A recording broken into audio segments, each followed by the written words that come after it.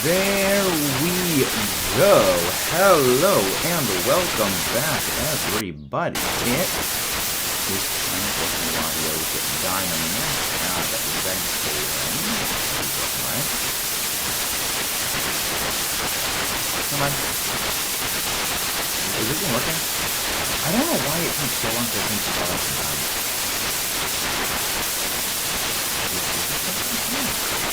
There we go. Come on.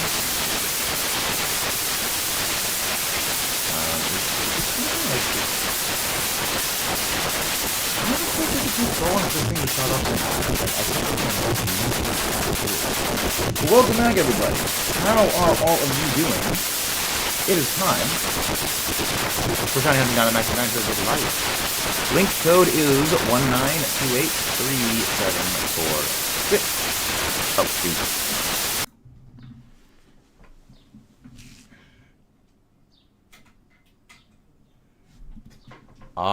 That is... audio is being a bit weird. Hello there. Welcome, Philius Production. Why is... that was weird. There we go. There we go. Why is technical everything just malfunctioning right now? OBS, get your stuff together. Welcome in, everybody. Future Cookie, how you doing? Neo Data, welcome, welcome. How is everybody doing? Video for the second channel has finished. I'm joining. Thank you very much, Ganger. Thank you. But, you know, project for the second channel. Finished editing that earlier. Audio is better. Thank you. Yeah, I don't know. OBS has been having like a meltdown, more or less. Maybe I should like just uninstall. No, actually, I can't say I should uninstall and reinstall OBS because I have to go and redo all of my scenes. Scared the heck out of me. I was watching a short, then I hear demons. Sorry about that, Rose. Sorry. Apologies. I accidentally game under 2 shinies. What were the 2 shinies? And why were they accidentally knocked out? What was the cause of the accidental game end of the 2 shinies? And also, most importantly, what were the 2 shinies that were game ended? What were the 2 of them?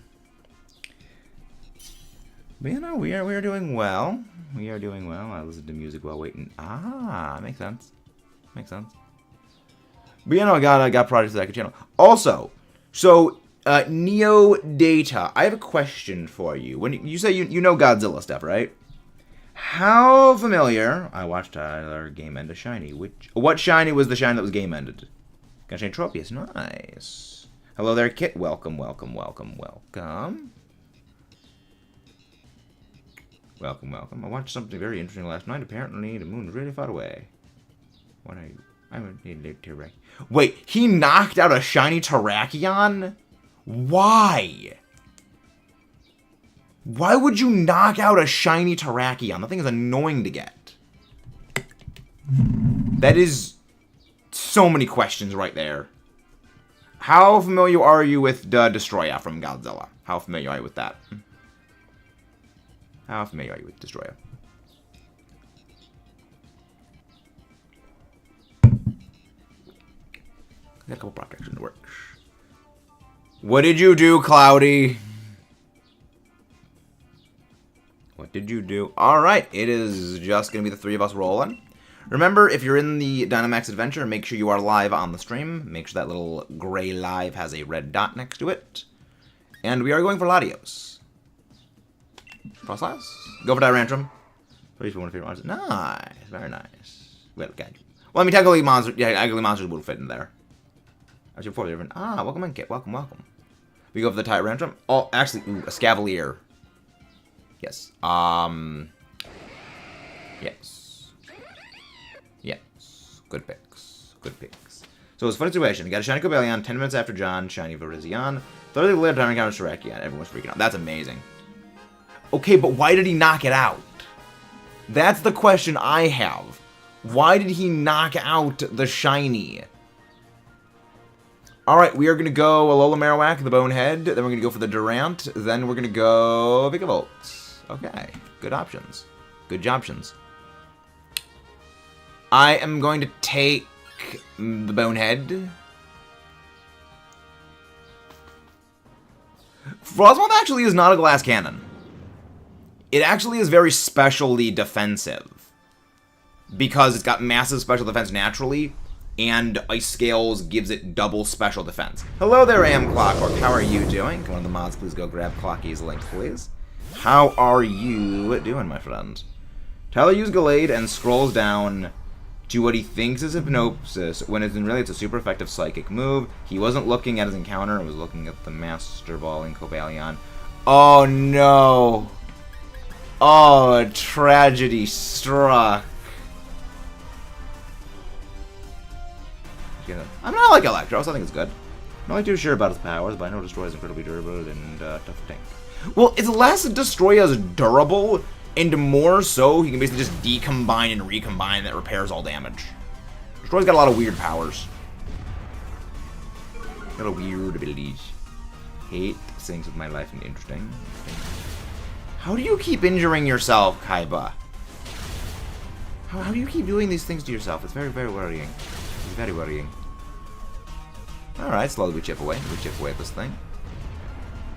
Honestly, I don't think we even switch out the Escavalier. I think we just keep Escavalier. Maybe Kitty has. Oh, welcome in, Cat. Welcome.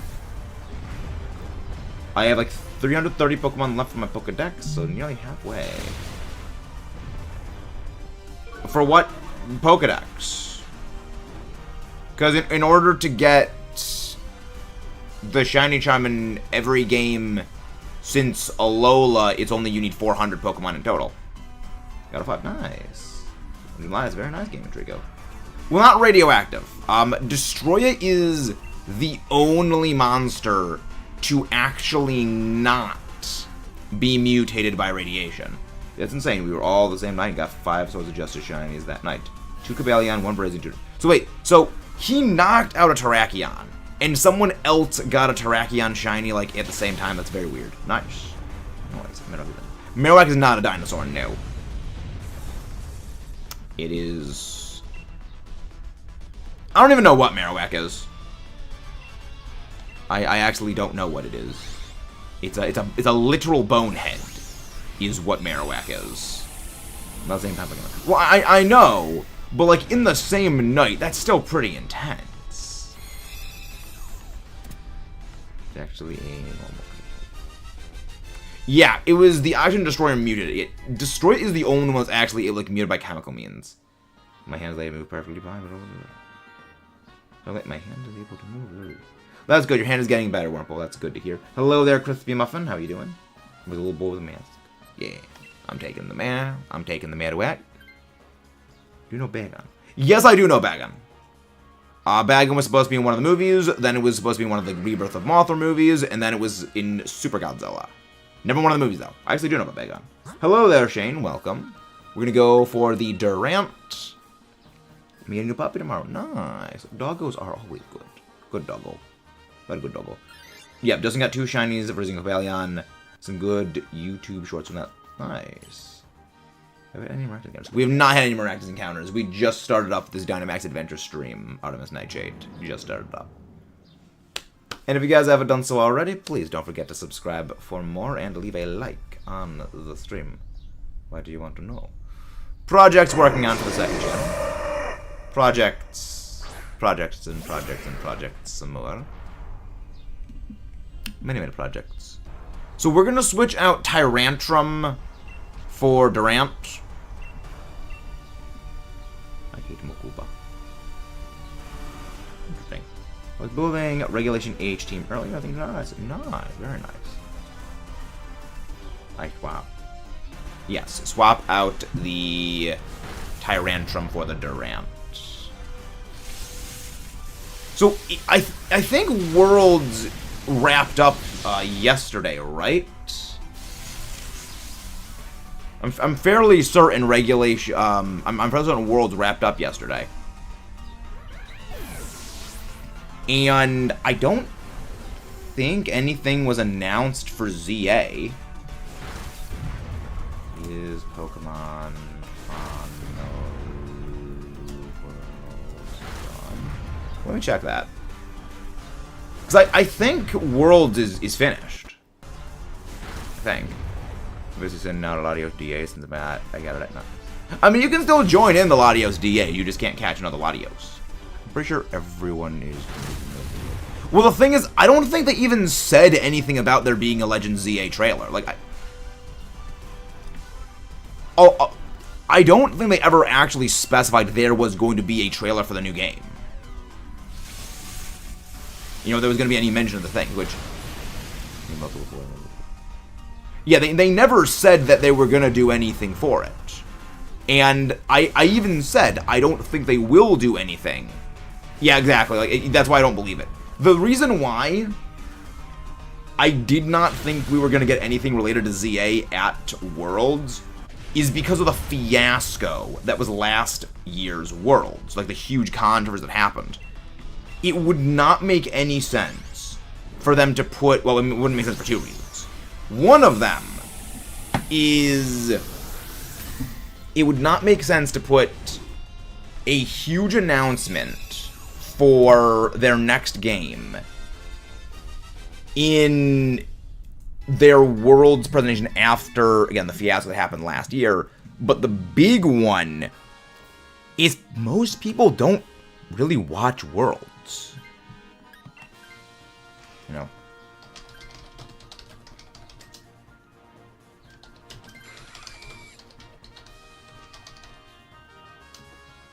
You know, just, most people...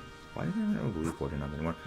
It's, well, Clocky, the reason is, you ever seen Spider-Man, MCU Spider-Man Far From Home? It's really easy to trick people when they're already tricking themselves. Hello there, Rohanas. It is basically people want to believe, and they're already convincing themselves of something happening. So when they hear something confirm that it's going to be real, they latch onto it immediately. You know, it's just that. Like, again, it's... Most people do not watch Worlds. You know, as much as I love VGC, no one cares about it in the grander scheme of things. You had, yesterday, 24,000 people watching Worlds. Which sounds like a lot. When you consider, like, Scarlet Violet sold 24 million. That is like that is like 0.1% of the entire sphere of Pokemon Scarlet Violet buyers was watching it. It was nothing. HDV keeps popping up in my feed right now with the leaks. Well, yeah, I'm not saying about, like, again, leaks are just, they don't exist. Yes, Butterfree has a Gmax form, yes, it is. So, man, have you ever heard of a Japanese-only video game called City Sword and Shadow? I think I've heard of it. I'm pretty sure, like, there was a Godzilla cameo in it or something. Which fits Rodan more preserved, actually. Both of them, technically, for different purposes. I mean, the streams are like 8 hours. So maybe once like 8 hours, right? But yeah, no, it's... Again, it's a logical deduction. Because the other thing, we do not have shiny Yveltal. We are still hunting that one. But it's also logical deduction when it comes to announcing the games. ZA is not coming out for another year and some change. Never participate in the match of VGC because never introduced. Exactly, Artemis. Exactly. It's most people just don't really care about doubles, which is a major byproduct of the fact that there's very few doubles in the actual games themselves. Which is unfortunate. Again, I love doubles, but, like, yeah, most people don't care for it. So why would you put a huge announcement for your next game that, again, isn't coming out for another year and, like, another... Not quite year and a half, but, like, another year and, like, 3 months? At the end of something you know... less than a tenth of a percent of the community. So 1,000th of the community are interested in. It's just, it would be nonsensical. Story is basically you're a dude in the middle of a kaiju fighting, and there's 5 different series in it. Old school Godzilla stuff happens. You don't really follow that. Sounds awesome. That sounds amazing. I really want to get that game then. That sounds awesome. Yeah, it just logically doesn't make sense that they would do it. But again, who knows? Maybe at some point we will get some more stuff and things on it.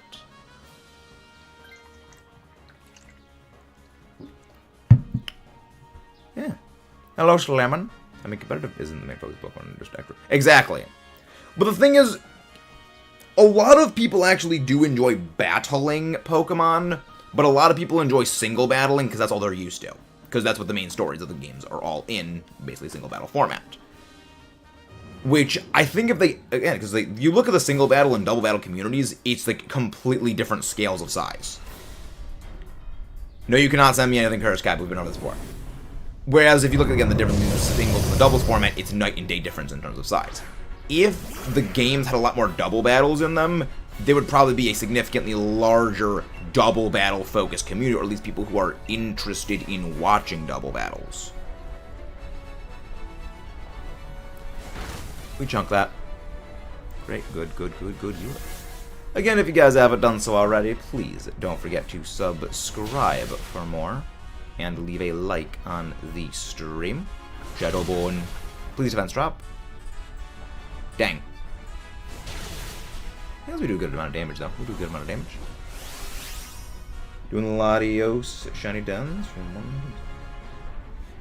No, it is 1 in 100. If you have the Shiny Charm, the odds are 1 in 100. If you don't have the Shiny Charm, it's 1 in 300.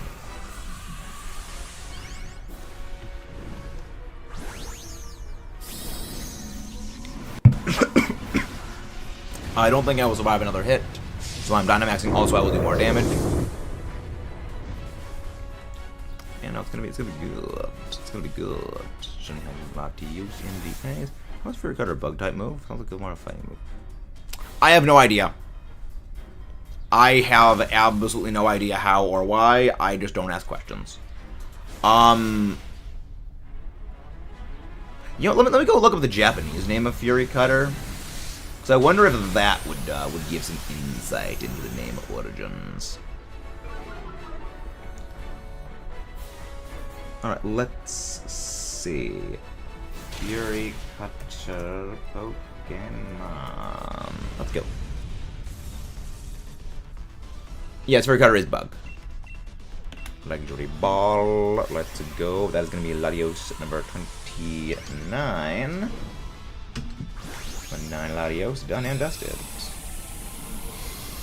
I mean, I think realistically the reason it's a bug-type move is because back in Gen 1 there were, I think, like, in Twin Needle were some of the only bug moves in existence.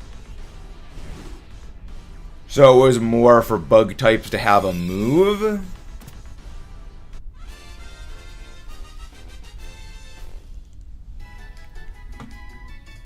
Let's check our non-existent shiny. No shiny Marowak.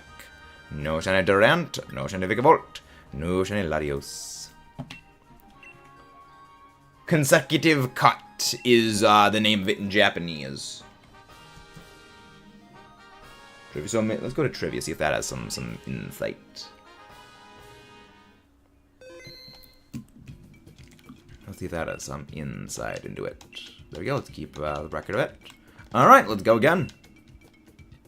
Fury Cutter having the highest power of all bug-type moves, except just have to spin out to 160 because they get a turn. Bug claims who have discovered that ink himself. Fury Cutter is the only bug-type learnable by TM. She is able to Fury Cutter. By leveling Wiketta, is allowed to evolve, only level 20. Ninjask learns this move at this level. Wait. Prior to Generation 5, Shedinja is able to know Fury Cutter by leveling up if Ninkata is allowed to evolve only at level 20, as Ninjask learns this move at this level. Oh, okay, that was a very weird wording. Very, very strange wording. Alright. Link code is 192834746. If anybody wants to pop in, feel free to join. I'm confused there for a second. Have you watched Pokemon Origins? I have watched Pokemon Origins. The only thing I can think of get is because I thought that Pinsir also got it.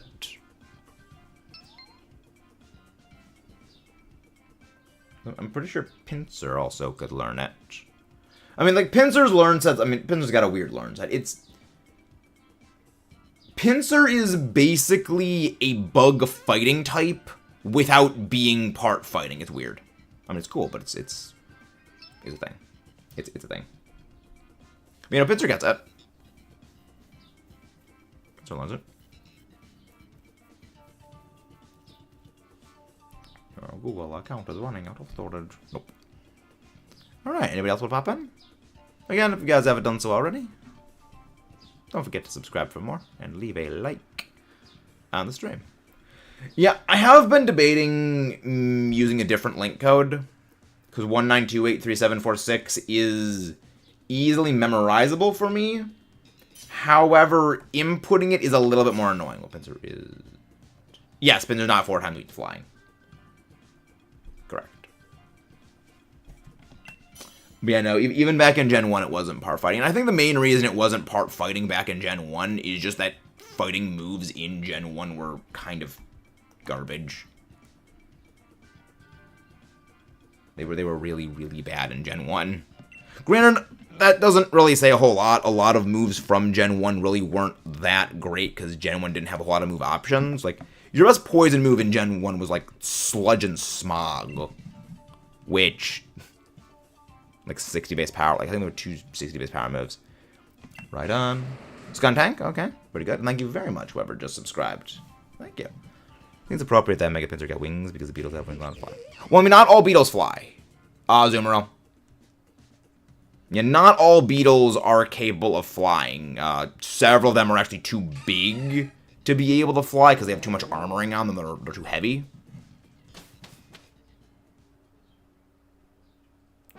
But I think that actually base Pinsir learns actually a couple of flying moves. Like, I mean, well, Aerial is like the standard everything gets, but maybe it learns Wing Attack. I'm gonna go check that. What are our options? Ooh, Armaldo. I like that Armaldo. Alright, we're gonna go Unfezant. You go Unfezant, then we're gonna go for Sealeo. Then we're gonna go for Armaldo. We only look up. Maybe probably good Mega Pinsers, get wings, get the visitor. Yes, we got plans. Hello there, Dynamax 3000. Welcome in. Hope you're doing very, very well today. Oh, next week I have to fight the Baltimore Bergmites. I have to fight Iron Valiant and Ursaluna Bloodmoon. I think I'm turbo screwed. I am actually turbo boned. We are actually hecking screwed. WWE SmackDown. We only look up. Exactly. We only look up. I want to make a grilled cheese. I don't feel like making grilled cheese. That's not... Well, I enjoy grilled cheese. Cheese is delicious. What are everyone's thoughts on tuna melts? What does everyone think of tuna melt? The thing I was hoping for the Pokemon Worlds Tournament was Pokemon Unite, because lately I've been adding some of my favorite mons. Excited for Darkrai. Ooh, nice. Nice. Good burn. Nice. Actually, that's actually pretty good. It's actually quite good for our heroes, because that one that mitigates the attacking power, and second, it actually means that it takes burn damage every turn. SmackDown! WWE SmackDown! I mean, I'm still gonna go for the top of things anyway, but that's fine. SmackDown. Mushroom tuna melts. Really? You're not a fan of tuna melts? Fascinating. I love tuna. I mean, I love tuna fish sandwiches. I mean, I love tuna. I love tuna fish sandwich. Like, I like a bowl of tuna. I love tuna fish sandwiches. Love tuna melts. It's like grilled cheese plus tuna fish. It's delicious. Psyduck seems the most promising in my opinion. Funny. School's already. I have a calzone in the fridge. Interesting. What is a calzone? What is a calzone? And thank you very much, whoever just subscribed. Many thanks. Yeah, School can suck a railroad spike. It can indeed go suck a railroad spike. Tuna is indeed delicious.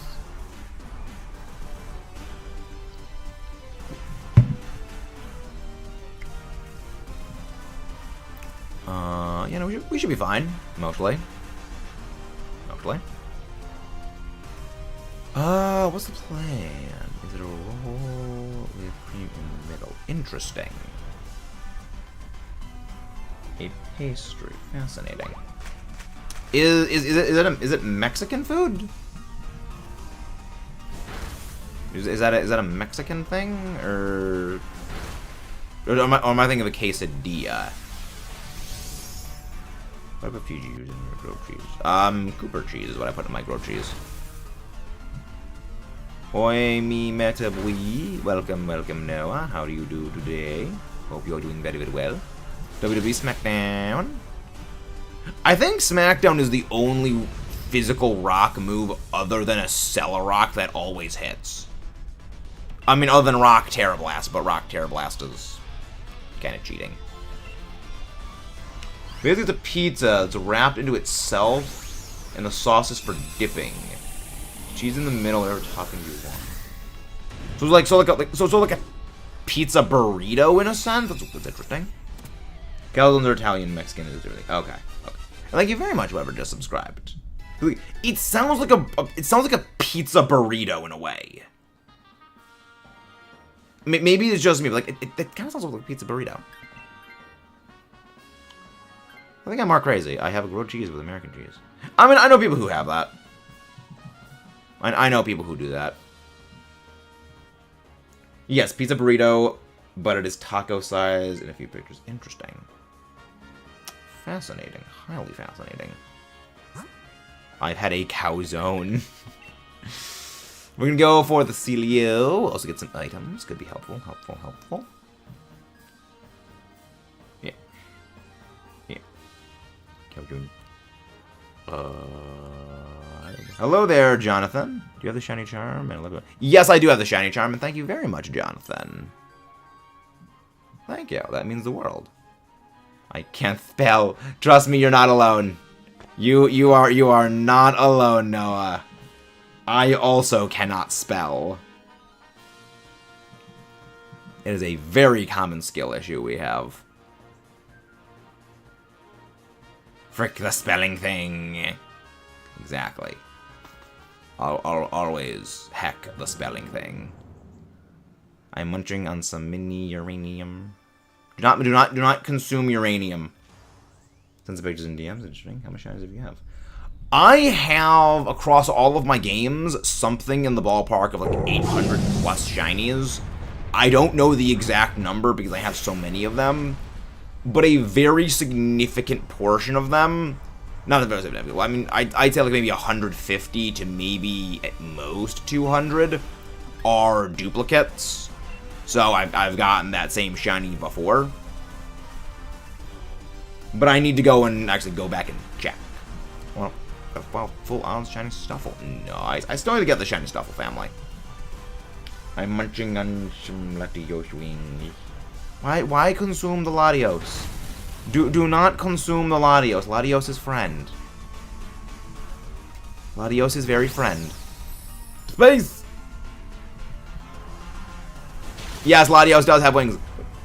What do you think those things coming off of Latios's back are, Neodata? What do you think those things coming off its back are? Those are wings. So it goes noom. He does the zoom. I said do not consume more Latios, Gengar. Do not consume the Latios. Thank you very much, Cameron West. Thank you. But welcome in. Those are long bones. If you guys haven't done so already, please don't forget to subscribe for more. And leave a like on the stream. Dance the friend, we stand data. No hunting Ghastly, and I have been for 4 days. What game are you shiny hunting the Latios? Not the Latios. What game are you shiny hunting the Gengar in? I'm curious on this now. And got nothing. I feel that. WWE SmackDown. No, the tail feathers, I don't know. What are the tail feathers? I mean, it does have tail feathers. That's like the things on its back are. Like the bottom part of it are tail feathers. We do not consume Latios. Latios is friend. Latios is a friend.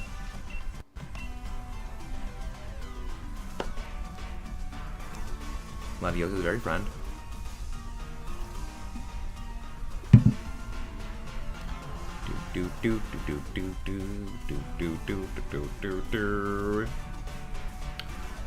It's been 12 a.m. in India, and I went. Thank you very much, Rohan. Thank you. Is Latios the roamer in some games? Yes, Latios is a roamer in many games. I'm. You guys have no idea how happy I was when they took roaming legendaries just out of existence. You have no idea how happy I was. Because those were freaking annoying. Like, they were the only things I would ever use the Master Ball on. Because when it comes to most Pokemon, you don't need the Master Ball. Like, when it comes to legendaries, it was just basically Pokeball Throw Simulator, just chuck Ultra Balls and Timer Balls at them for, you know, hours and hours and hours and hours.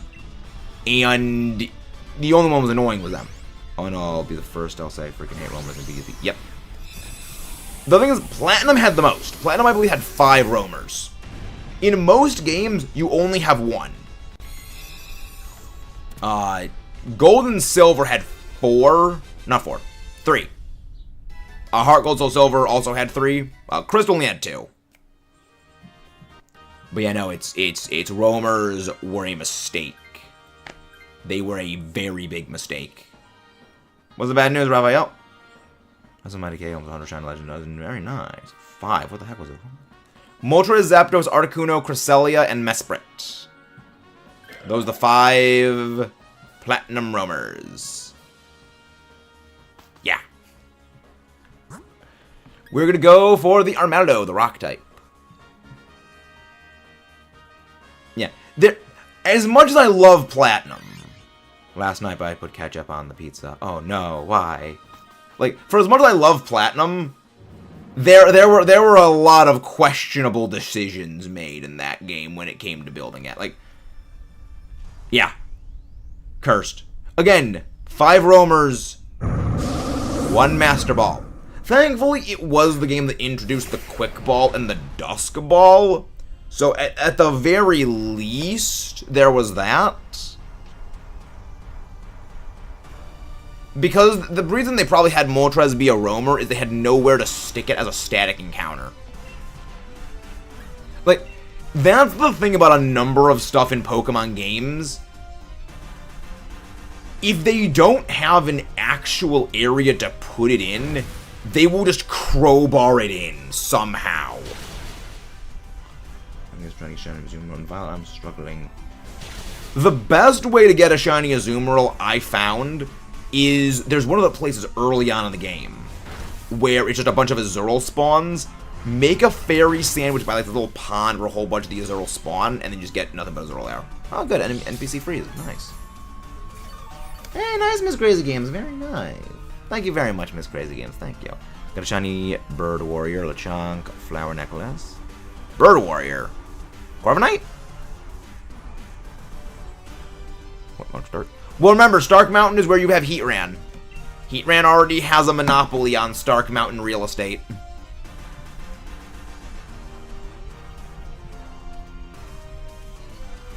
Yeah, it's, yeah, again, I love Platinum. I absolutely love that game. There's a lot of questionable decisions they made in that game, though, when it came to some of the Pokemon placements of things. Think of it as Smokey. Yeah, but then you have 2 legendaries in the same location. That tiny bird. Rookie D? You mean Rookity? Super small bird. Squawkabilly? I'm not sure which bird.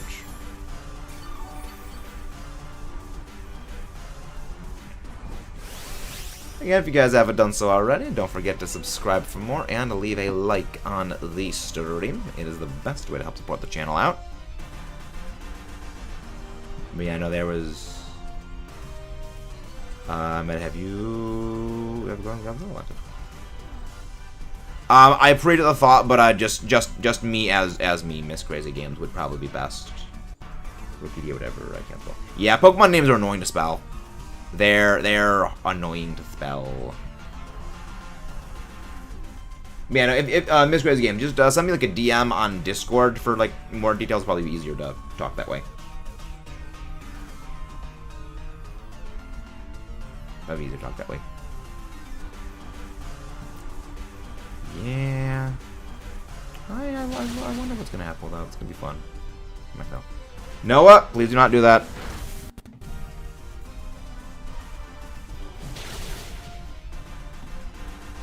I think I restricted most of the commands to only me.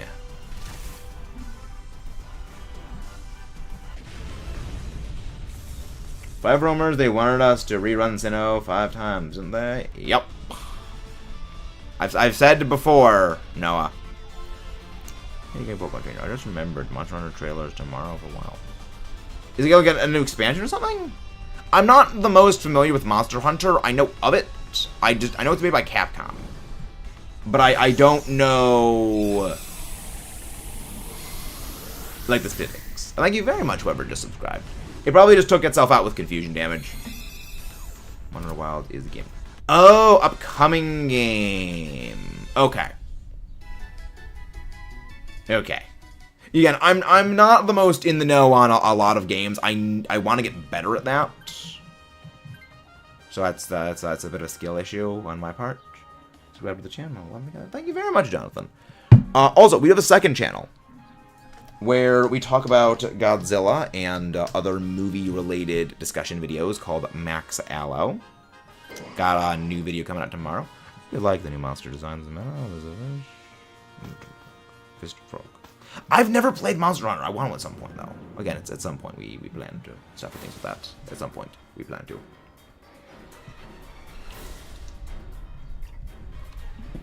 There's plans. There's Latios. It is Latios time. Okay. Wow. Armaldo. Armaldo. I like Armaldo.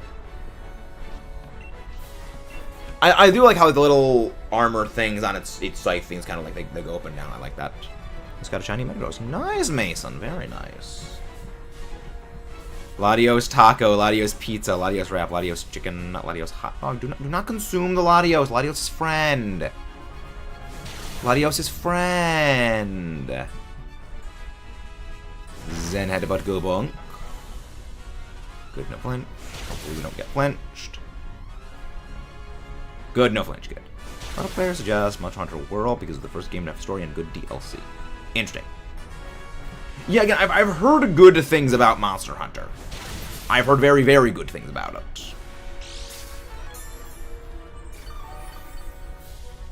Noah, chill. Clay XYZ. Best shiny you pulled ever. I mean, my favorite shiny is my shiny Gigalith. And we do own a shiny Gigalith, so I would probably say that. Crispy? No. Again, I like to keep the chat a little bit casual, but when I say no, guys, chill. Monster Hunter Rise for best beginners. I've heard about Monster Hunter Rise. Again, I don't know. I know there's like a T-Rex monster in one of the games, and then you make like a hammer thing. Noah, chill. We've said this before. Again, I like to keep the chat a bit casual. Again, when I bring down things. Oh.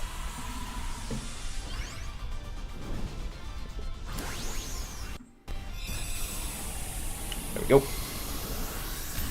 T-Rex monster appears in World and Rise. Okay, thank you. Because I know, from what little I know about Monster Hunters, like, you fight the monsters, and when you defeat certain monsters, you can use them to craft new weapons, I think. No shiny Sealeo, no shiny Unfezant, no shiny Armaldo, no shiny LATIOS, sadly. Cool, I love the greenish blue. One of my favorite shinies. My favorite new shiny is Aurora. Nice, very nice. Yeah, I like that. I like games where when you defeat enemies, you get something you can use that to like enhance your own stuff. I love, because that says that they put a lot of thought into the actual thing itself. I like that. Hunting LATIOS, let's go.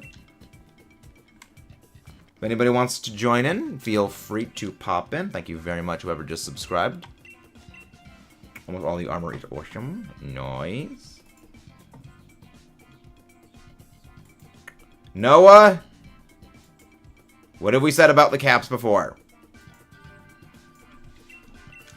If you guys want to pop in and join the Dynamax Adventures, feel free to join.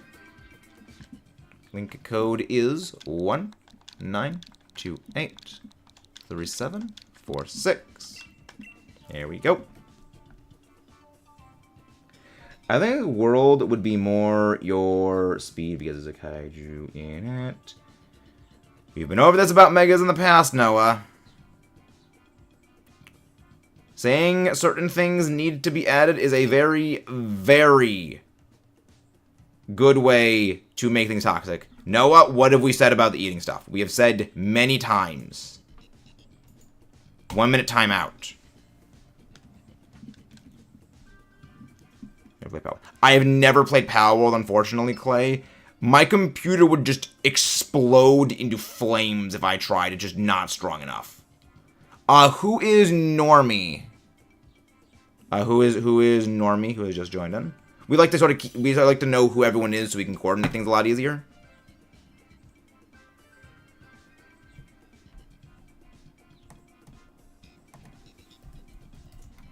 Oh, Das, welcome and thank you. Which shiny do you like most? My favorite shiny is shiny Gigalith, and thank you very much, whoever just subscribed. Welcome is Das Nusili. Welcome, thank you. I have questions about Monster Hunter. I probably answered for them. Interesting. So, are all the Monster Hunter games like connected to one another? So, like are there recurring characters? I guess is probably the better question. Where it's like the characters in one game. Are they the same playable characters in another game, or do they make like cameo appearances? Like, what's how do the different games work, or is it kind of like Pokemon where they're set in the same world, but it's just different characters? Do you have shiny Gengar? I do have shiny Gengar, yes. Hello, Monster Hunter Wilds, looking amazing. Hyper Bean, welcome, welcome. It was a good, crazy kind of game, it seems. Well, the thing is, that kind of happens like when there's a lot of like super intense hype around things. That does tend to happen. You know, the flame that burns twice as bright lasts half as long. And I think one thing that kind of put a little bit of a big damper on Power World were the very false Pokemon copy accusations. And, well, I mean, there's also another thing, and that is actually a lot of game devs, like of big AAA studios, were not happy Power World did well. Like, Power World still has a very passionate community. But a lot of, like, big devs, a lot of game journalism outlets were not happy Power World did well, because it was a game that didn't really have the same amount of, like, overhead cost a lot of other, like, AAA games did. You know, you've got, you know, AAA games, you know, AAA quote-unquote games, like, SSJ Game End the Justice League, which cost, like, what, like $300 million? Like, you have AAA games that are on the same price tag as, like, big budget Hollywood movies. Go for the Eldegoss. Noah, chill. So that only happened recently. Hello there, Drew. Welcome, welcome. So a lot of, like, things would actively downplay a lot of the successes of Power World because they just... They were salty. Power World did well. That is the only way to basically sum it up. It is the spamming. Alright, we are going to go Alola Marowak, then we're going to go for the ground type, then we're going to go for the bug. I bet it deserves what they got, a few thousand back. So they had in the game again. I played it. It deserves what it got. They risked the few $1,000 they had into the game, and they made it. Yeah, they did good. But 3DS done Darkrai.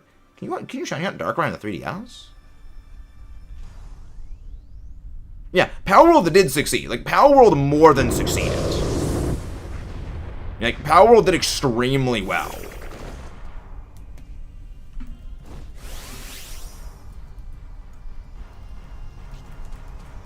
You kept typing that same in symbol over and over again.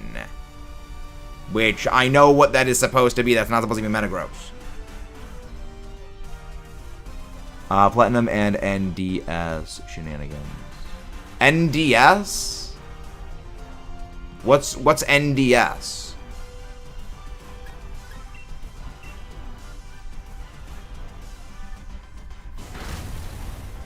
Yeah, no, Power World, thank you very much, whoever just subscribed. Yeah, no, Power World was a very big success, and, like, and it was interesting. Interesting.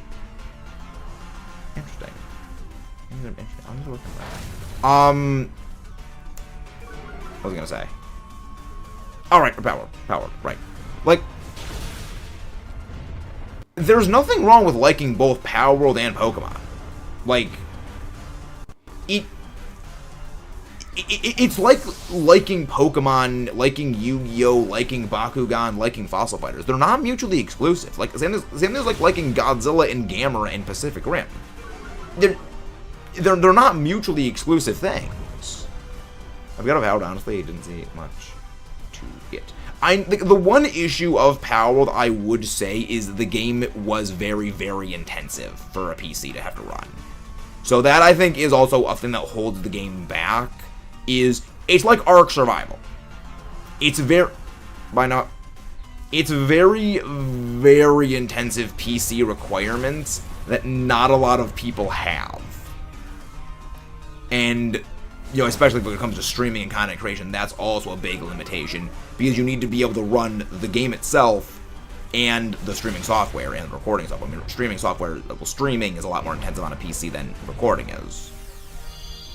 Very, very weak. I actually don't know what these PC specs are. This was built for me by a friend 5 years ago, and it was built for recording DS games, Switch games, streaming, like Switch games.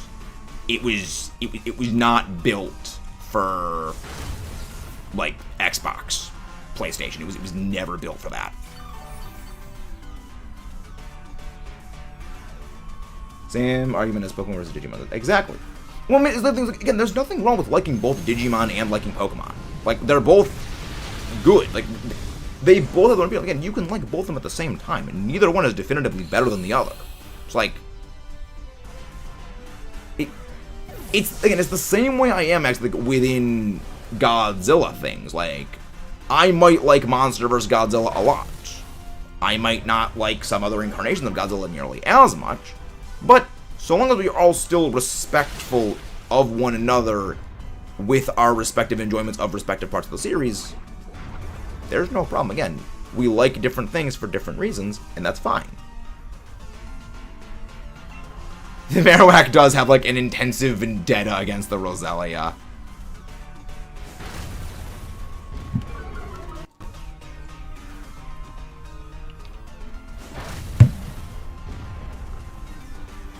Biased. Yeah, like, neither is better. Like, neither is better than the other. They're both great at what they're trying to do. It's like there's no, like, one thing I remember was I think it was Heck Divers 2.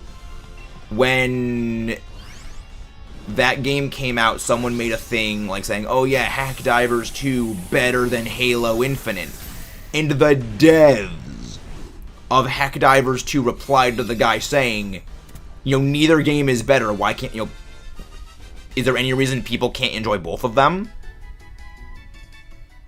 And I'm just like, that is a base dev right there. That is a base dev. Switch out the Eldegoss for this. Will you upgrade sometime? I have to get up. Yeah, I mean, at some point I will be upgrading the PC. The thing is, I'm a little bit hesitant to upgrade this PC because the PC was a gift from a friend, the friend that helped me start this channel, but also that same friend is no longer with us. So I'm kind of hesitant to mess with the PC, because that friend had one of their friends build the PC. So, like, it was a commission from them to their friend to build this PC for me to give me as a gift. So it was like, I don't know the person that built it. So I don't know the little idiosyncrasies and ticks of the PC. Which is what worries me about, like, going in and poking around with it. And thank you very much, whoever just said, I truly winners. Welcome in, Lucy. Welcome. But, you know, I probably will upgrade the PC at some point. And I will do some things with that. I just don't know at this point. Also, I am freaking Dynamaxing because we are going to need to flatline this thing quick, fast, and in a hurry. But, you know, I just don't want to mess around with the PC and, like, unintentionally break something. Because I know nothing about electronics. I know how to turn the thing on, I don't know how to turn it off. Reminds me of the Power World again when they said something similar. Pokemon and different games is one good. Power World. Exactly. Like, again, both the games are different. There's nothing wrong with liking both games. It's like, they're both good for what they are. And, like, they're not going to feel everyone. Like, nothing is going to feel everyone. Like, again, I will bring up Godzilla for this kind of a thing because it's perfectly accurate. Like, there is the side of Godzilla that is dark and it's serious and it's grim. And it works. At the same time, you've also got the fun Godzilla movies, where you have 350-foot atomic dinosaur suplexing a three-headed space dragon through skyscrapers. It's like, they both work. Neither one is default better than the other. The most thing about Power World is the rest. Well, again, the thing is, there's only so many ways to differentiate when something is based on the same animal. Like, they didn't lift Pokemon assets for it. Like, if you're gonna have a rabbit or a bunny, yes, things are going to end up looking similar because they're drawing on the same thing. You know, it's like saying that Infernape is a knockoff of Goku because they're both based on Sun Wukong from Journey to the West. It's like, there will be some similarities, but it's because of what is being drawn on as the inspiration source is from the same root, so obviously they're going to come to similar conclusions. You need to scrape the PC completely easy. Yeah, I just don't know not much about it, especially with exactly, like, especially to like rabbits. Hello there, Venom. We are Venom. But yeah, the commands of the PC probably supports me. Yeah, I do need to look into Undertone more about the PC before I poke around with it. There's a lot to learn with the PC things. No switch. No switch outs. Hello there, Venom. Welcome, welcome. Yeah, especially yeah, exactly. It's like there will always end up being similarities. It's just an inevitable thing of, again, drawing on the same inspiration source. We're gonna go for the electric type. That is the Vikavolt. We are hunting Saberus X. We're hunting for Latios. Hunting Latios today. Normie, switch out for the NPC. See if we can get something better than the Dragonair. I like Godzilla -1. I will get back around to doing my re-review of -1 because the original review got taken down on the second channel, so I need to go and make a new one. That will be put up at some point soon. But I enjoyed -1. I again, like everything, I have my things I like about it and things that I wasn't a fan of it, because nothing is perfect. You know, that fundamentally, when it comes to art, there is no such thing as perfection. However, that doesn't mean the flaws are a bad thing. Like, the flaws in something are what give it appeal. Because, like, they give a point of discussion, they give a point of discourse, they give things to talk about. But yeah, we're going to switch out the Lopunny for the Vikavolt. Like, do. Oh, alright. The thing actually does have some stuff and things for healing heals. Good. So that's he's going to get Marowak's HP up. Exactly speaking of the rabbits. Hello there, Aaron. Aaron. I keep saying Aaron because the Pokemon Aaron, but it's Aaron. I had a friend whose name actually was Aaron. And any time that he was in Discord, or just messaging me on Discord, I just always imagined an Aaron at a PC just tapping away on the keyboard. It amused me very good. I'm very easily amused. Have you ever used an emulator? I'm not a big fan of using emulators. I am very big a fan of using consoles. I don't know why it works with Life Do, but the thing is, it heals the same amount anyway. No, do not Dynamax. Do not Dynamax. It actually heals the same amount of HP as if I got hit by a water type move anyway. But yeah, I don't know. It's very, very weird. Because I don't think it activates Storm Drain. Or does it? Let me check that. Life Do Pokemon. Because like I don't think it procs Storm Drain in the same way, because that would be freaking broken if it does.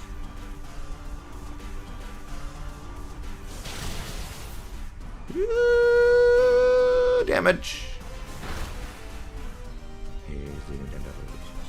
Yeah. I don't like using emulators. I'm a very big fan of console. Like, for me, a big thing is the feel of when playing the game. And if you're just playing on keyboard for a game that is, you know, handheld consoles, like, something just is off. It feels strange. Because, like, it doesn't feel the same. Welcome back, Warple Lover. Welcome, welcome. But yeah, no, we switch out the Lopunny for this. Fun fact, Vikavolt has the highest offensive stat of anything in Dynamax Adventures that is not a final boss Pokemon. Life Do restores HP to the user and its allies by 25% of max HP. If an ally has Water Absorb, Storm Drain, or Dry Skin, it will activate and negate the move's effect. Storm Drain will give you the +1 special attack. Fascinating. As a Nintendo fan, I am afraid of pianos. The pianos to spare doom. I don't think Storm Drain stops smooth like Surf. Nope. If you have a Storm Drain and your ally uses Surf, you are immune. So, say you've got a Kyogre, and then next to your Kyogre, you've got a Storm Drain Gastrodon. If your Kyogre uses Surf, the Gastrodon is immune to the Surf damage, and it will still activate Storm Drain.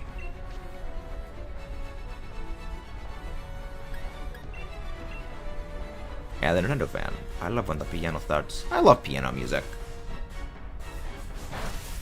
It's very beautiful to listen to piano music.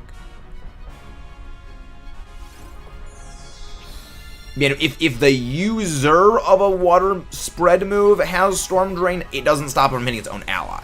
I'm out of the Pokemon. Yes, that is true. If the Pokemon on the other side has Storm Drain, that does not stop it. Correct. Now again, the Pokemon on the other side will still be hit by Storm. The Pokemon will still have its own ability activate, but so will everyone else get hit. It's the same with Lightning Rod and moves like Discharge and Parabolic Charge. Fake Kalimba, which is the same as a piano. I have no idea what that is, Wormpole. Play the music during the major events. I think it's because Water Absorb is similar to the ability to absorb everything with one element. I think it could be something due to the way that it's programmed almost like Surf for hitting all of your allies, and just it trips a weird trigger.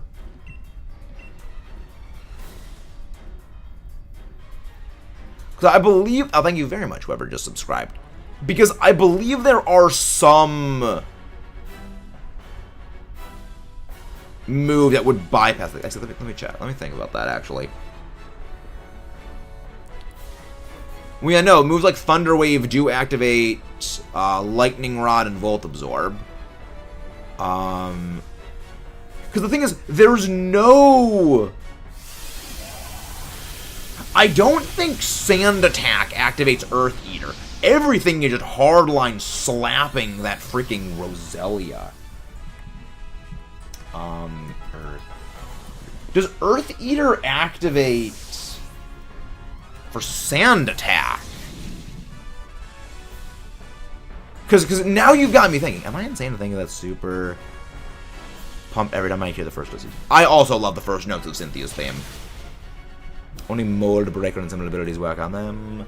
Let's see. Any ground type move. If the user by ground type move, its HP will be restored with part of massive P. Will move with Pokemon. Its Pokemon has no real. It will do nothing. Earth Eater protects Pokemon from ground type moves. Or there is no effect outside of it.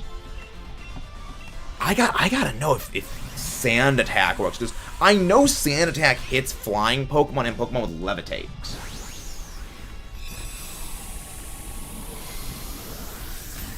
But I know it also says, like, alter that damage taken, but it's like, it's not quite the same thing. Like, I know, because Volt Absorb works on moves like Thunder Wave and Eerie Impulse.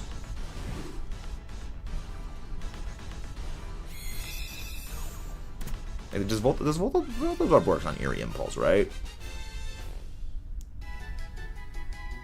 Right? No shiny Bonehead, no shiny Diggersby, no shiny Vikavolt, no shiny Latios. Adios, Latios. If anybody wants to pop in for some DAs, feel free to join in. Link code is 192837446. The thing is, I'm pretty sure Eerie Impulse is affected by Volt Absorb. I mean, you're never going to use Sand Attack in actual competitive anyway, even in VGC. Let's see. Activate Electric type status move. Yes, all activates even when hit by a status move. Okay. So yeah, I would assume Sand Attack would also activate Earth Eater. Alright, lobby's up. And thank you very much, whoever else just subscribed.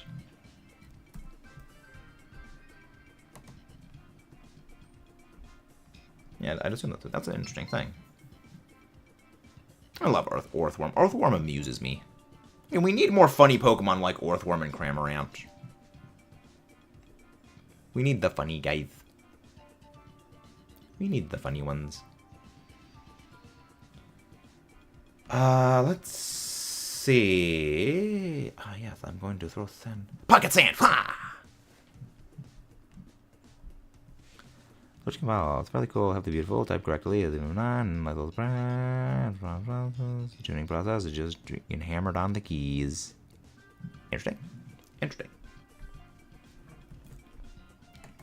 Yeah, it's gonna be fun. Dang it, Bobber! Yeah. Pocket sand is a great thing.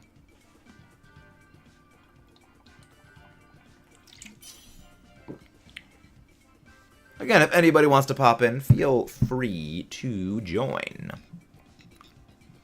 Link code is 192837446. I'm going to call them Columbia because you battle Pokemon Showdown. Not really.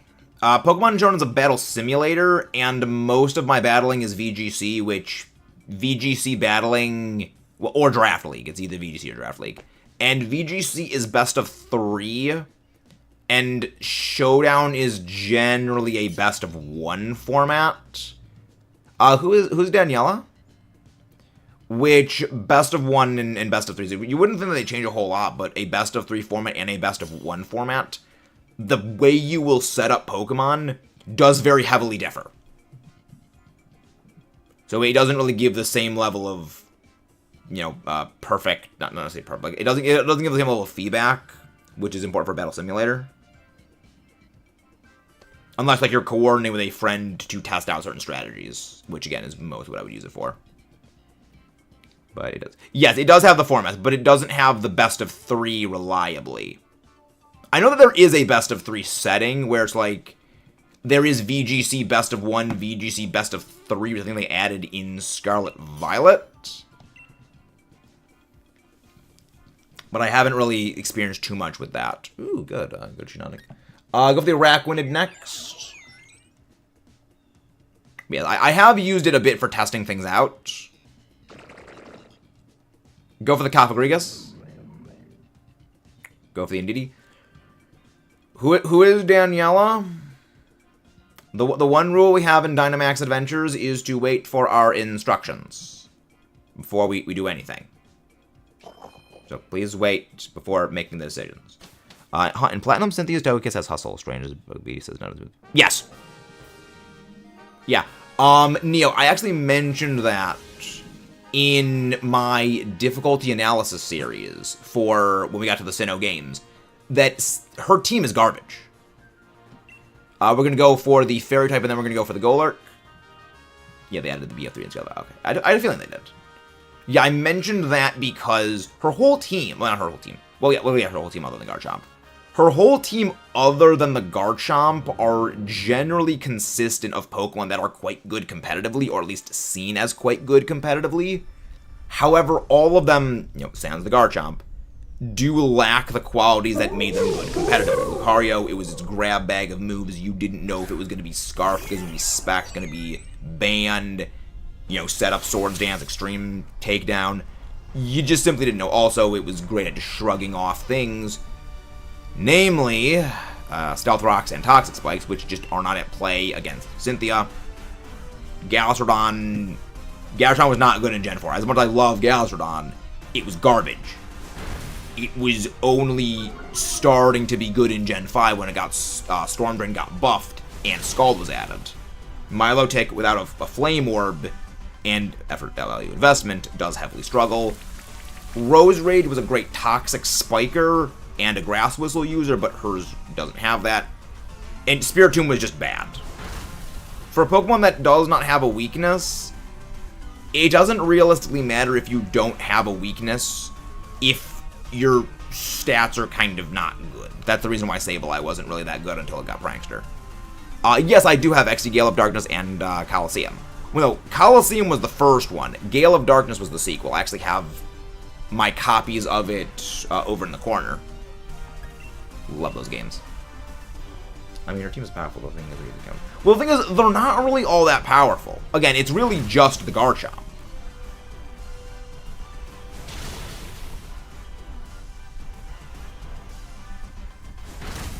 I don't really like the Battle of the Showdown in the actual game.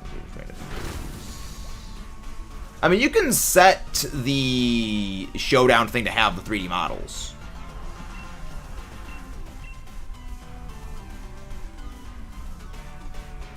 That's why I'm a little hard on people and say something to well, I mean, it's not only so much easily countered, because the thing about having something that is easily countered is you are deliberately going out of your way to plan to destroy them. This is looking at them purely in the neutral.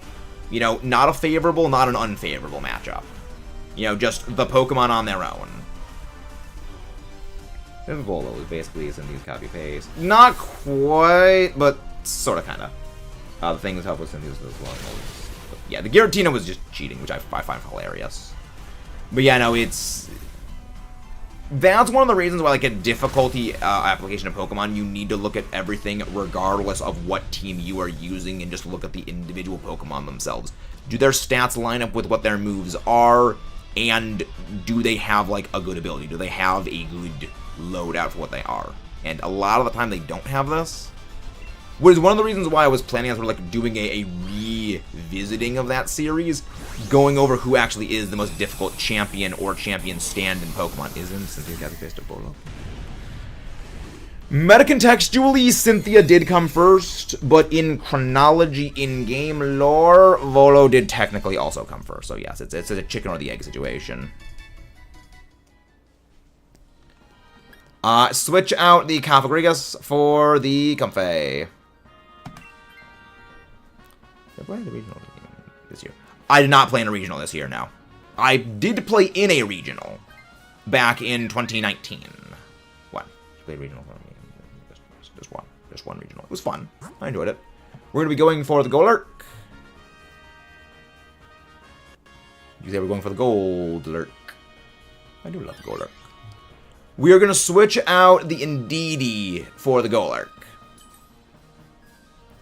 He already doesn't have a dark move. I just looked. Zoroark can practically solo Volo. Really?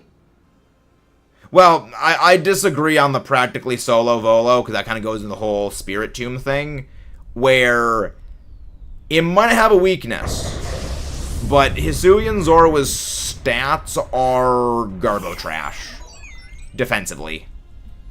It gets throttled by neutral moves, and you gotta remember, the Giratina does have a default power bonus. It has the same thing that all alphas do in Legends Arceus, where it has a damage increase buff, where it'll always deal more damage to you than a Giratina at its level would by you. So basically, Volo's Giratina will do 120 damage to you. If you had a Giratina that was the same level as it, you would do 100 damage. Please do not Dynamax unless otherwise told to when it comes to the non-legendary Pokemon. Oh, no, okay. I mean, I don't think it would be able to solo the Giratina, because again, it's very, very frail.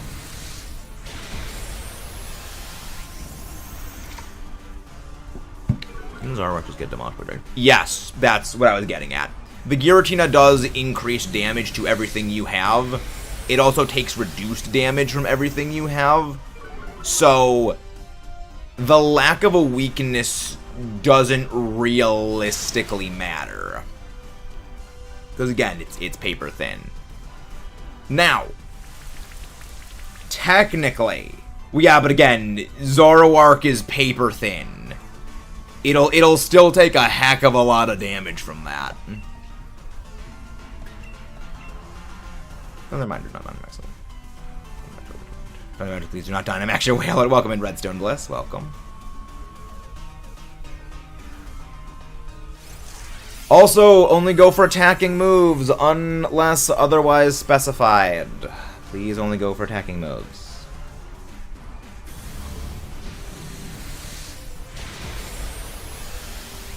But yeah, no, the Hisuian Zoro will get demolished by the Dragon-type moves. Though, I will say, Bitter Malice is... Wait, does Bitter Malice inflict Frostbite, or does it inflict just attack debuff in Legends Abacus? Yeah, so switch out the Indeedee for the Golurk. Bitter Malice, okay, oh, Frostbite, okay. Okay, then that changes the calculus. Because I was going to say, if it does inflict attack debuff, just, default damage decrease, that might help. But if it's just strictly Frostbite, that won't help. Return, no more freeze. I disagree on the freeze thing and the bitter man. I disagree on that, because, like, the thing is, if they bring back Frostbite, it would mean they would increase the likelihood of Ice-type moves inflicting that status condition. I would love the idea of a special attack debuff in a similar vein as Burn does to physical attack, but I think introducing that at this point would cause a lot more complications than it would actually solve. Days Wigglytuff will be perfect against if it is a good Pokemon. Decreases special attack when inflicted. Yes, no, that is how Frostbite operates. Frostbite does decrease special attack. So Wigglytuff be perfect against. I mean, Wigglytuff is a good Pokemon. It's an HP sponge. And thank you very much, whoever just subscribed. Welcome in, Galisapod guy. That is an absolutely amazing name. But yeah, no, Wigglytuff is a good Pokemon. You do Pokemon shorts? You sound familiar. I used to do shorts. I wonder if there'll be strong super boss at the end of the AZ.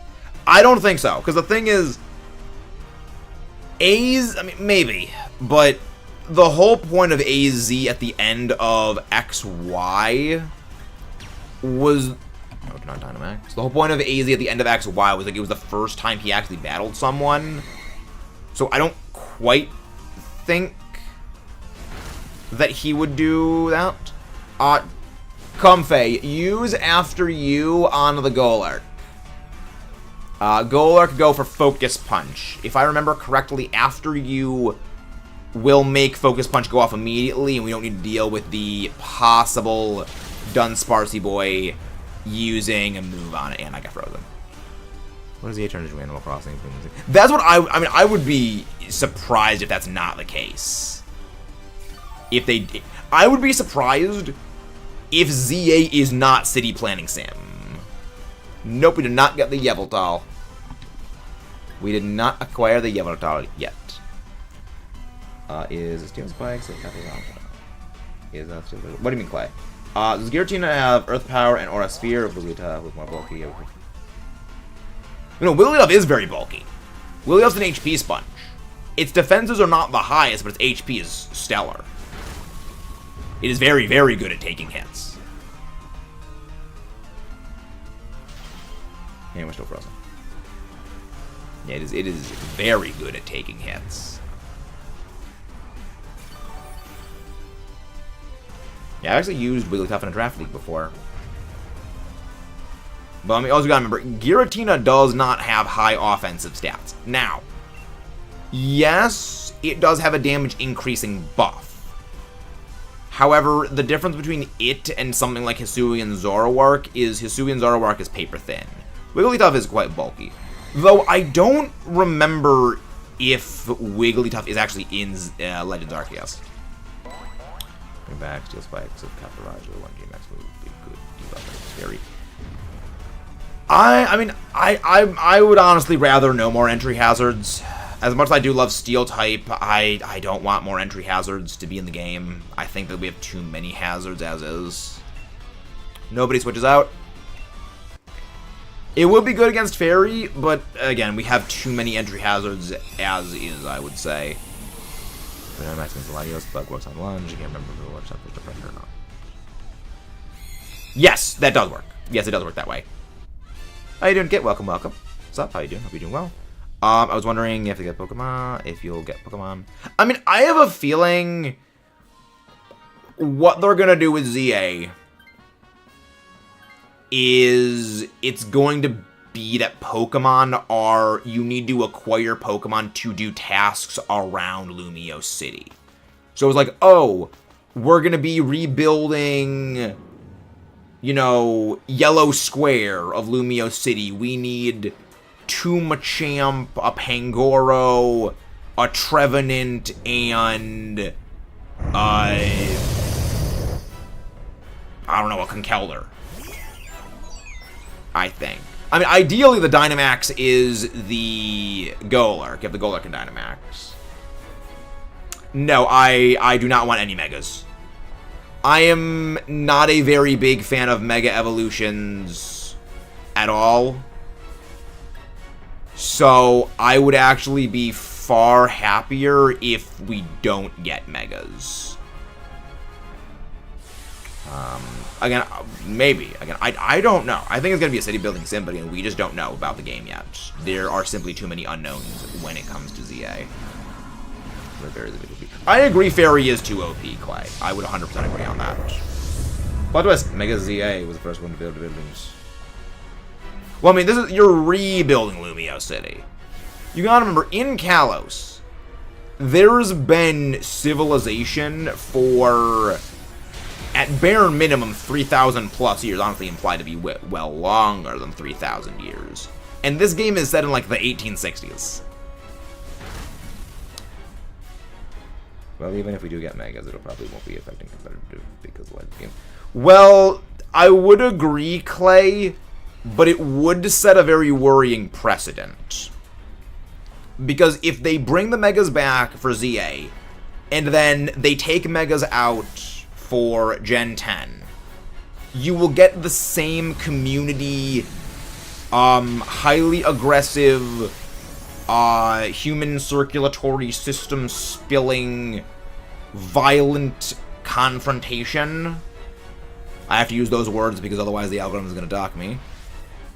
We had when Sword and Shield released. You know, I'm not sure how many of you guys remember that, but there was like a freaking just if you said anything positive about, you know, maybe you wanted to go get Sword and Shield, there was you know, oh, here's 10 reasons you're a horrible person for getting Sword and Shield.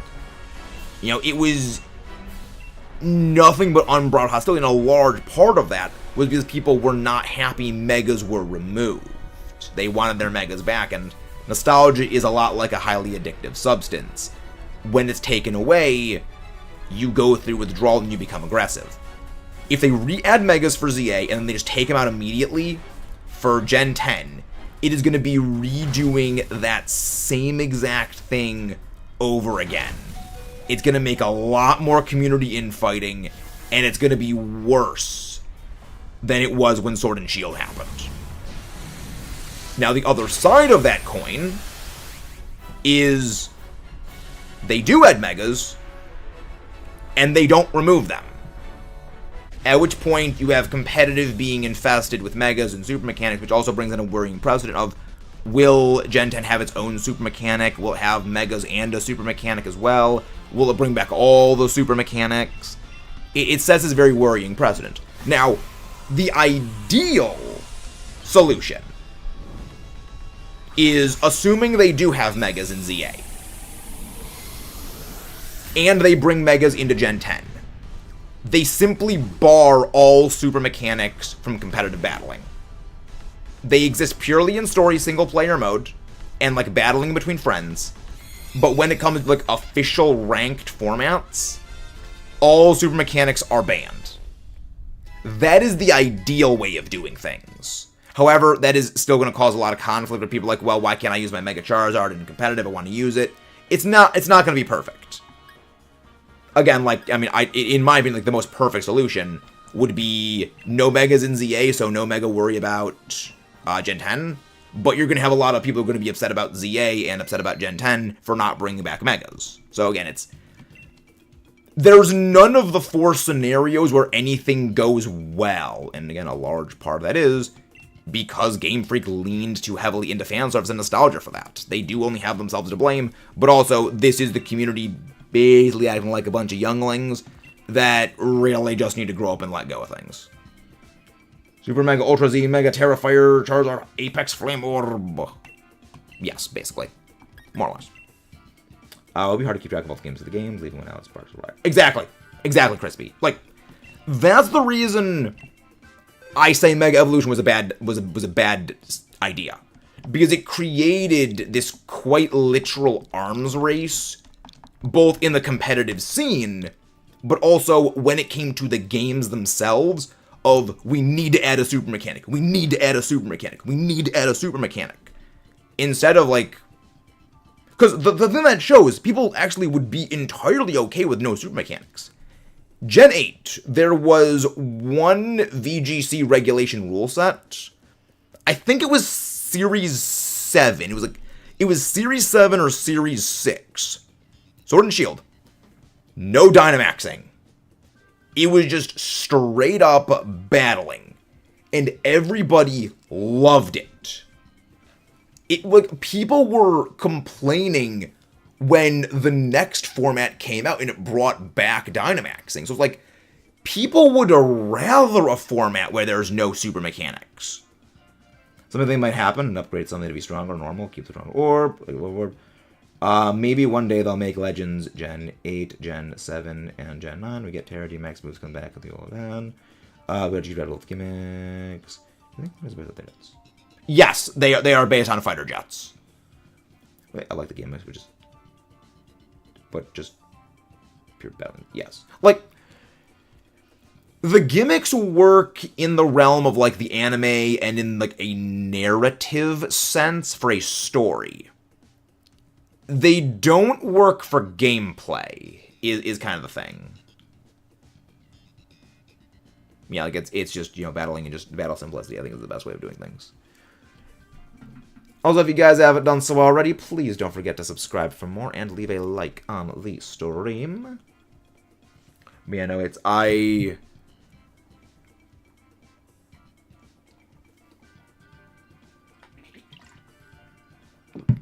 I mean, again, like, realistically, the biggest problem is just the community needs to get a hold of itself. And it's like, we need to move forward as the community where we can disagree, we can like different things about the series, but respect other people like certain things or don't like certain other things and agree to disagree. It's like, I love Gen 5. I love Gen 9.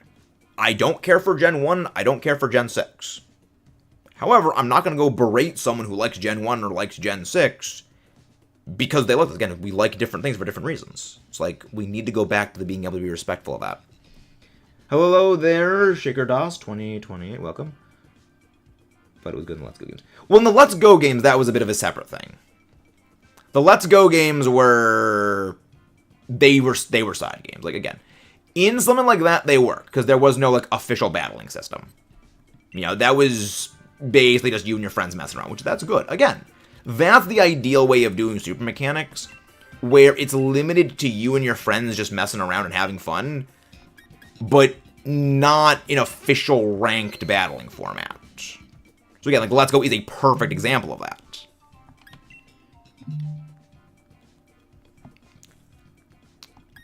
Let's go through. Nobody else was popping in, so we'll just go solo. Yeah, oh no, there's a Maractus. Oh no. Oh no. Oh no. Alright, what do we got? Ooh, Porygon. I'll take Porygon. Clink Clang on one side. Actually, I do need a Buffalon shiny. I need a Buffalon. Actually, I need a Buffalon Cradle shinies. Yeah, help, so Let's Go game. I mean, yes. Well, I mean, Let's Go games are technically mainline. They have officially said that they are mainline games. What mechanic do I like the most? I like Dynamaxing the most, because I liked the tactical aspect of it, where it's like, okay, you use this move to buff your allies or for team synergy. I dislike that it was basically used as glorified super setup of weakness policy usage, which again is people min-maxing and misusing what a system is designed for. But I did like Dynamaxing, I liked the idea, but I thought it was an interesting idea. Terra was the overall most tame, in my opinion, though. It was by far the most tame, I mean, it's still ridiculously strong. But yeah, that was my favorite too. Too bad it gets the hate considering anything else. Because the thing is, it's not unbalanced. The thing about Dynamaxing was that people would lump in with Dynamaxing the items at play and the fact that in doubles, you would have a team oriented around it. You know, you would basically be considering, oh, 2 different boosting mechanisms in addition to the Dynamax itself, rather than just the Dynamax effects directly. You'd have like, oh, well, if you're having Dynamax, you have to include weakness policy. They all use it. Like, that's not how it worked. And, I mean, the other side of it is, again, it goes into favoritism. People really, really like Megas of their favorite Pokemon.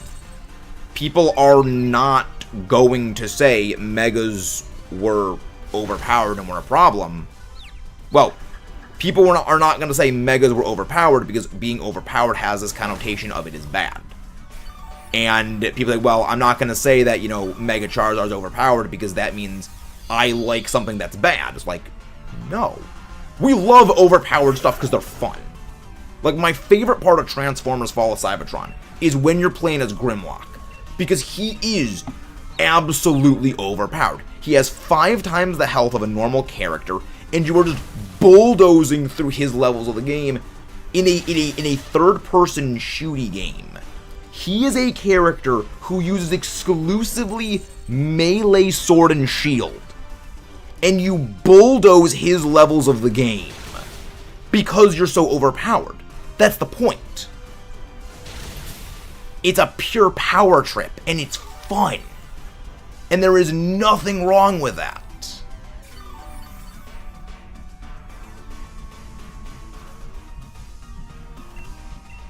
So again, you're literally fighting against the natural biases of the community to try to fight for the argument. You're never going to work. Because people have already decided and consigned Mega.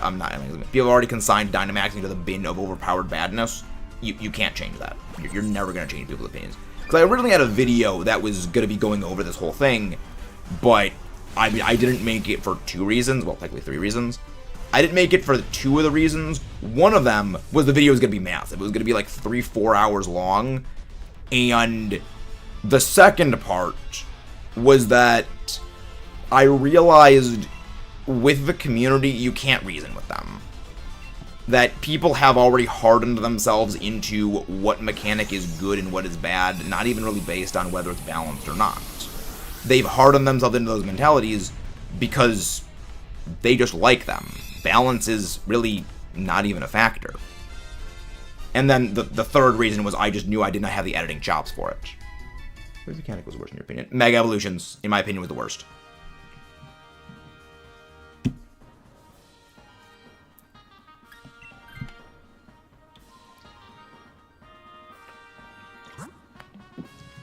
Because it was the singularly most overpowered.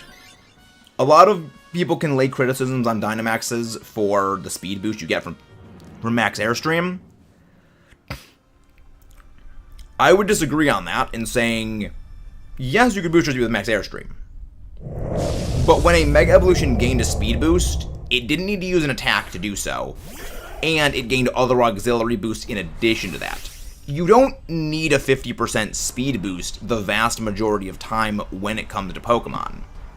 In most cases, a 10, 20, or even just 15, a 20, 30, or even 15% speed boost is more than enough to overtake the vast majority of the opposition. Because that's how close speed stats are. A 50% speed boost is like a 50% speed boost differential is something like if you have a Choice Scarf Gengar with no speed investment. Oh, yeah, I'll use an example. A +2 on speed for a Torterra with no speed investment will outrun a maximum speed Dragapult. So a +1 to speed on like any Pokemon will generally be more than enough to outpace like all of its opposition. Less than a +1 is actually necessary in most cases, and most Megas had less than a +1. So it got the same benefit, but also an offensive benefit in addition to that as well. So it overall was a much more meaningful stat redistribution.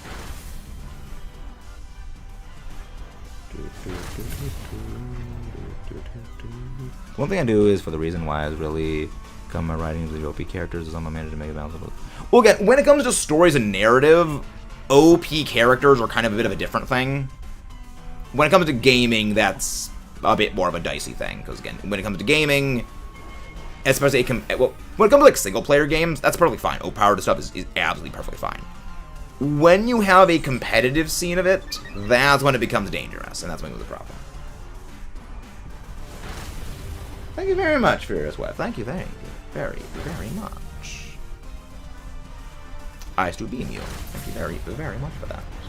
Also, if you guys haven't done so already, don't forget to subscribe over to our secondary channel, Max Allo. Cover Godzilla and the movies over on that channel, and we got a new project coming out tomorrow. It's gonna be glorious. It's gonna be amazing. And then I got some more projects on that channel. I'm gonna work on some Transformers related things, because I think Transformers 1's coming out in like 2 months. I got a lot of Transformers stuff I'd love to talk about. If they got nerfs, they would. Well, the thing is, at that point, you would fundamentally destroy the whole point of Megas. Like, the reason why people liked Megas, and what made them Megas, was just the absurd stat increase. At that point, if they nerfed Megas, it would just be, people would just be better off going with things like a Life Orb, which we actually already saw with a couple of Mega Evolutions, that you were better off just going with a Life Orb. So it's kind of a thing of, to nerf Megas and make them balanced would essentially mean making it so no one ever used them to begin with. You know, it's kind of this thing of, you fundamentally can't rebalance Megas and still have people want to use them. Again, you also have just people who would complain that, like, oh, well, it's not the same thing anymore, so it's like, there's a whole other can of worms to deal with, but yes, I'm going to do it again. I love it. Hello, Pew. Welcome, welcome. Thank you very much, whoever just subscribed. If they nerf Mega the things, maybe the gimmicks would only be regulations of worlds. Well, no. I mean, I think the thing about Worlds regulations is that it's a singular series for regulations there. I think the best way to do is just they are blanket banned from all competitive and, like, all official competitive. You know, between friends, obviously, they're okay to have. But when it comes to, like, official competitive, that is where the blocking happens. But again, then people would still have a problem with them not being available in battling online, and people would complain about that. And again, there is no winning when it comes to that. The point of Megas is that... Yeah, exactly. The point of Megas is they're supposed to be pretty absurd. To make them more tame would kind of destroy the point. And it would take away literally the whole reason why people like them. Again, it's a balancing act, which is a problem. How many shinies do I have? I've got around 800-something shinies in total. I don't actually know the exact number because I've gotten so many of them. I know I have like 150 of them that are duplicates that we've been trying to get rid of as time's gone on. Was I gonna check up actually? Was I gonna look up? Oh yeah, no, we've been shiny hunting doing living shiny decks for like not 3 years. 2 years? Is it the point? Year or two already? I actually don't know. I need to go back and look. I've been shiny hunting for like 3 years on the channel. And we've been doing a living shiny decks. So there is that. Hello, Mason Wilson. Welcome. The point of was insane. That's what I was gonna look up. Transformers 1. Transformers 1.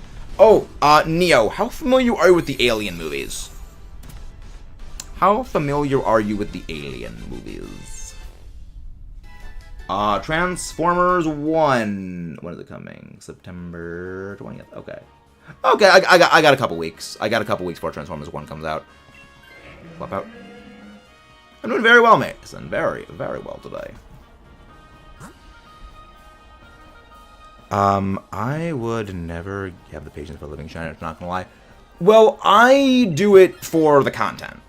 I am entirely with you on I would never have the patience to do shiny hunting for living shiny decks. But it is because I am streaming it and you guys are here that I have the ability to do it. Because, I mean, when it comes to a lot of the Masuda hunting Pokemon streams, they're glorified chat streams. I mean, even to a degree, Dynamax Adventures are kind of glorified chat streams as well. Not the movies, but the comics, I've never seen the movies. I know about the aliens. Okay. Okay. Yeah, I had low hopes for Alien Romulus, and yet somehow they managed to still disappoint with Alien Romulus. Are you gonna for living shiny decks for Pokemon Shield? Pokemon Home. We're doing a full living shiny decks. Everything other than the mythicals and things that are shiny locked.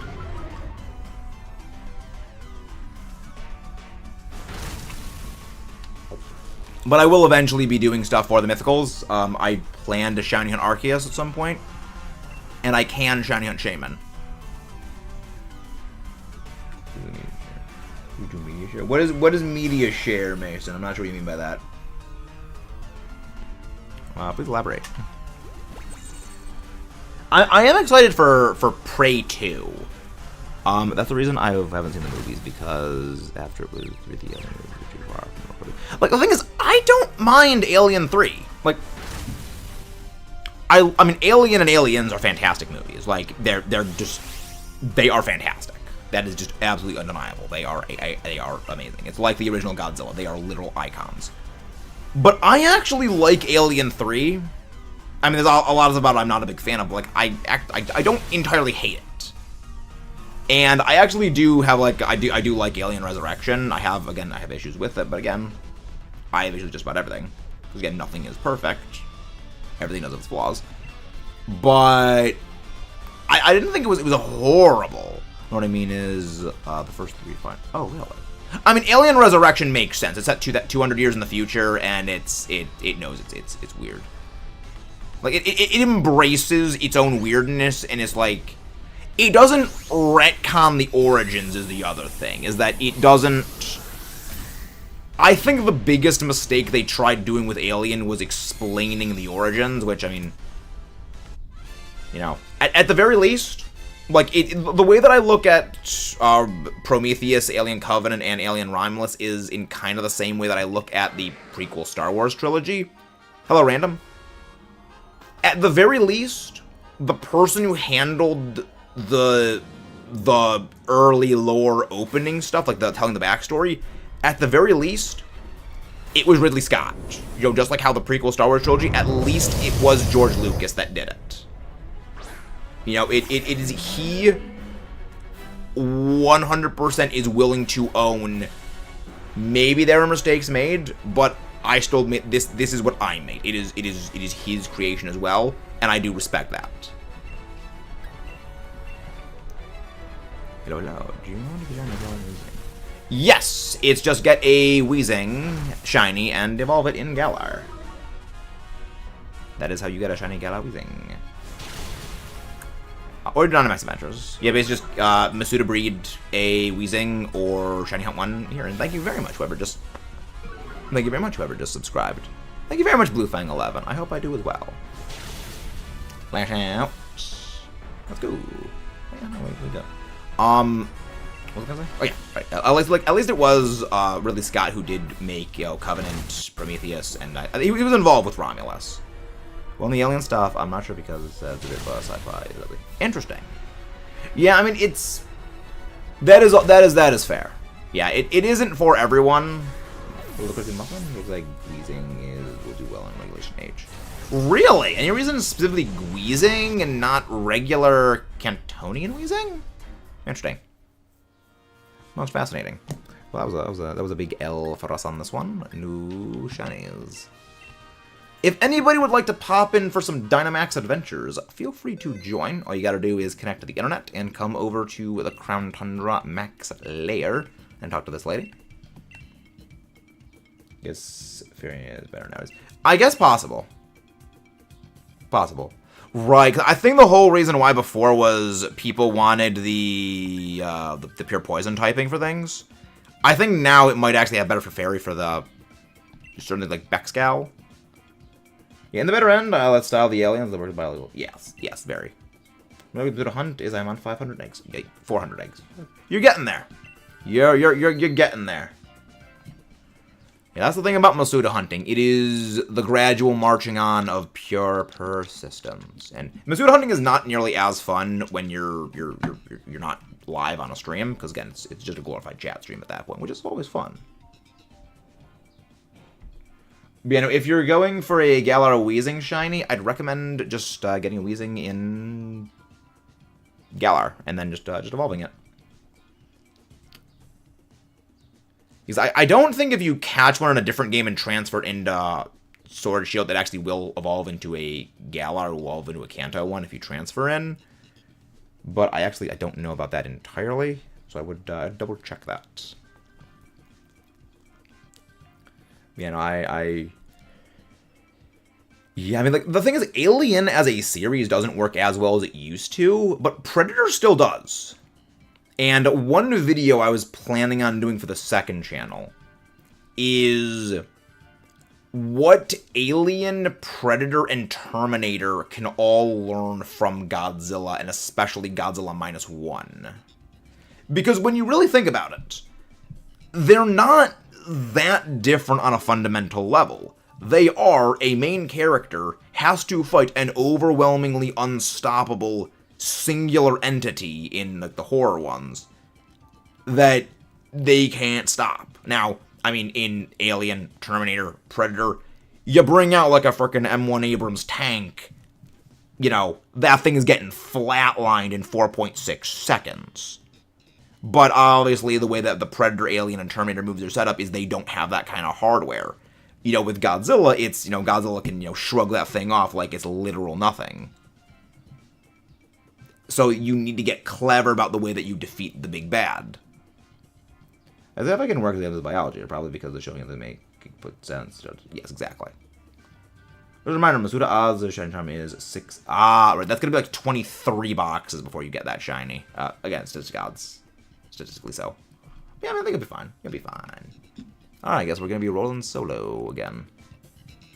Yeah, no shiny charm. Masuda odds are not that bad. They could be a lot worse.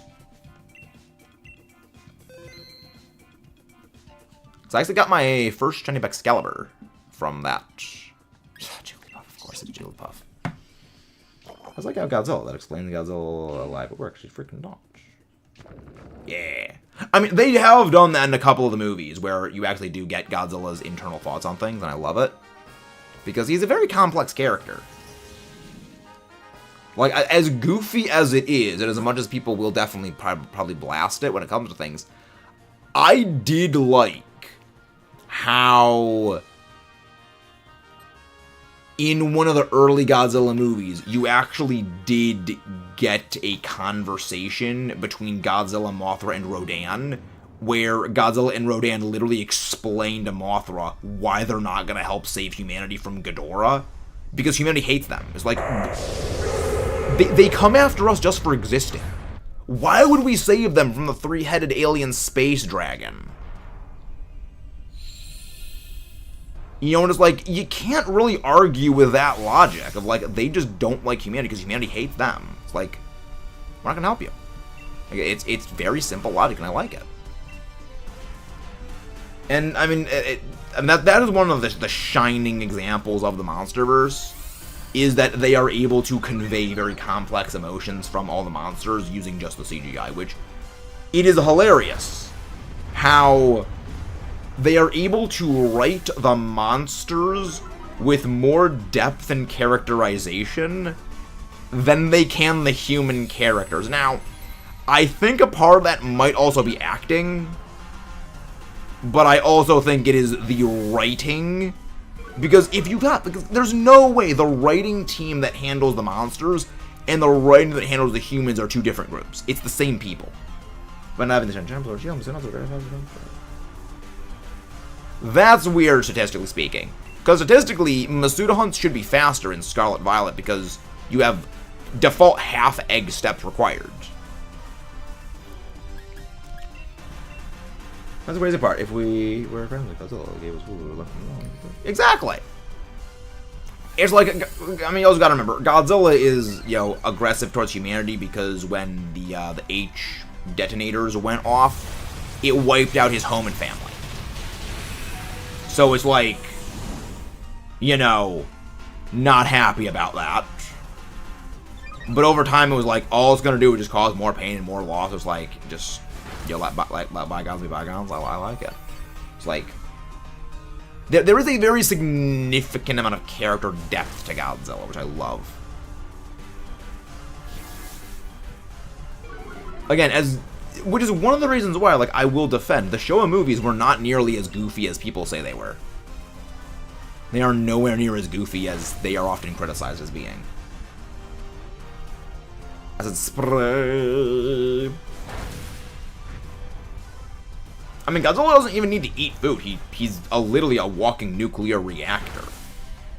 He doesn't actually really need to eat. You know, the energy he uses is just made by nuclear fission. It's fascinating. There's nothing in the thing, but I still watch people buy something like that. Yeah, I like it. Yeah. Now again, there are sometimes Godzilla has been shown eating. Junior was shown to actively be hunting whales in Godzilla vs. Destroya. However, that makes sense when you consider how small Junior was prior, and he needs biomass. He needs material to build a larger body. So obviously, that's not going to come out of nowhere. He's got to hunt something. I like that. Again, visual storytelling. It was a visual novel. Like, again, it is very weird that monster movies do a very, very good job of, like, story character telling. Wait. I love it. We're gonna go for the Frostmoth.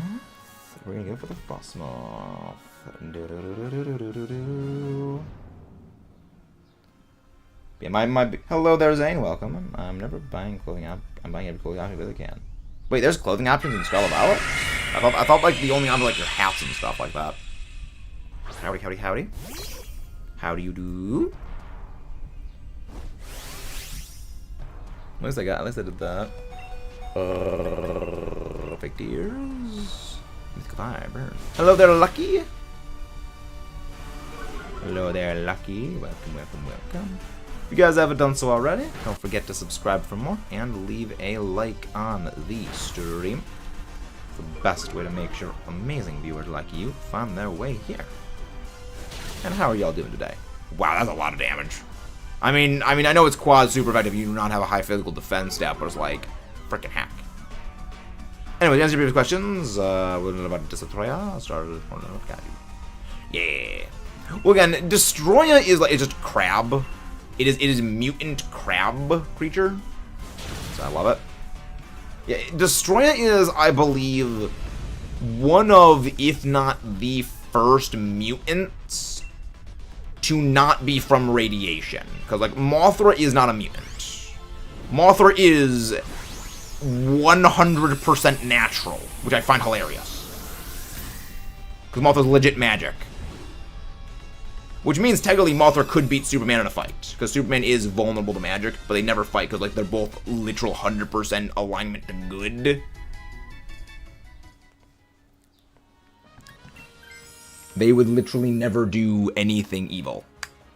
And they would have literally zero reason to ever fight.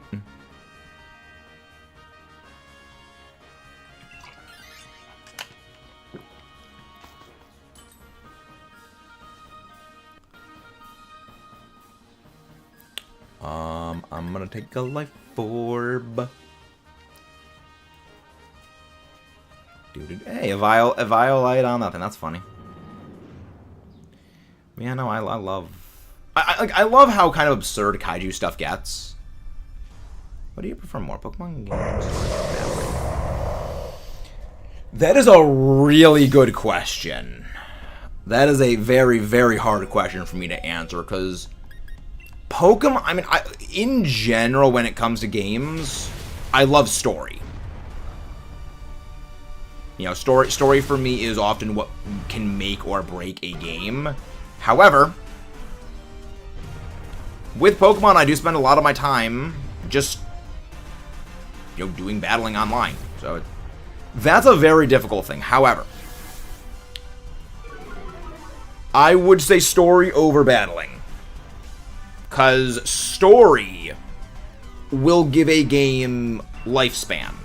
You know, even after its online gets disconnected, even after we move on to the next generation and the generation beyond that and the next console beyond that, a good story will keep me coming back to play that game.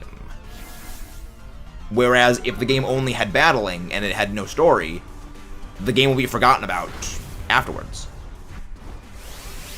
I got to a video on PFP that said they are lying about Godzilla. Random timing. Delightful. Hecking delightful.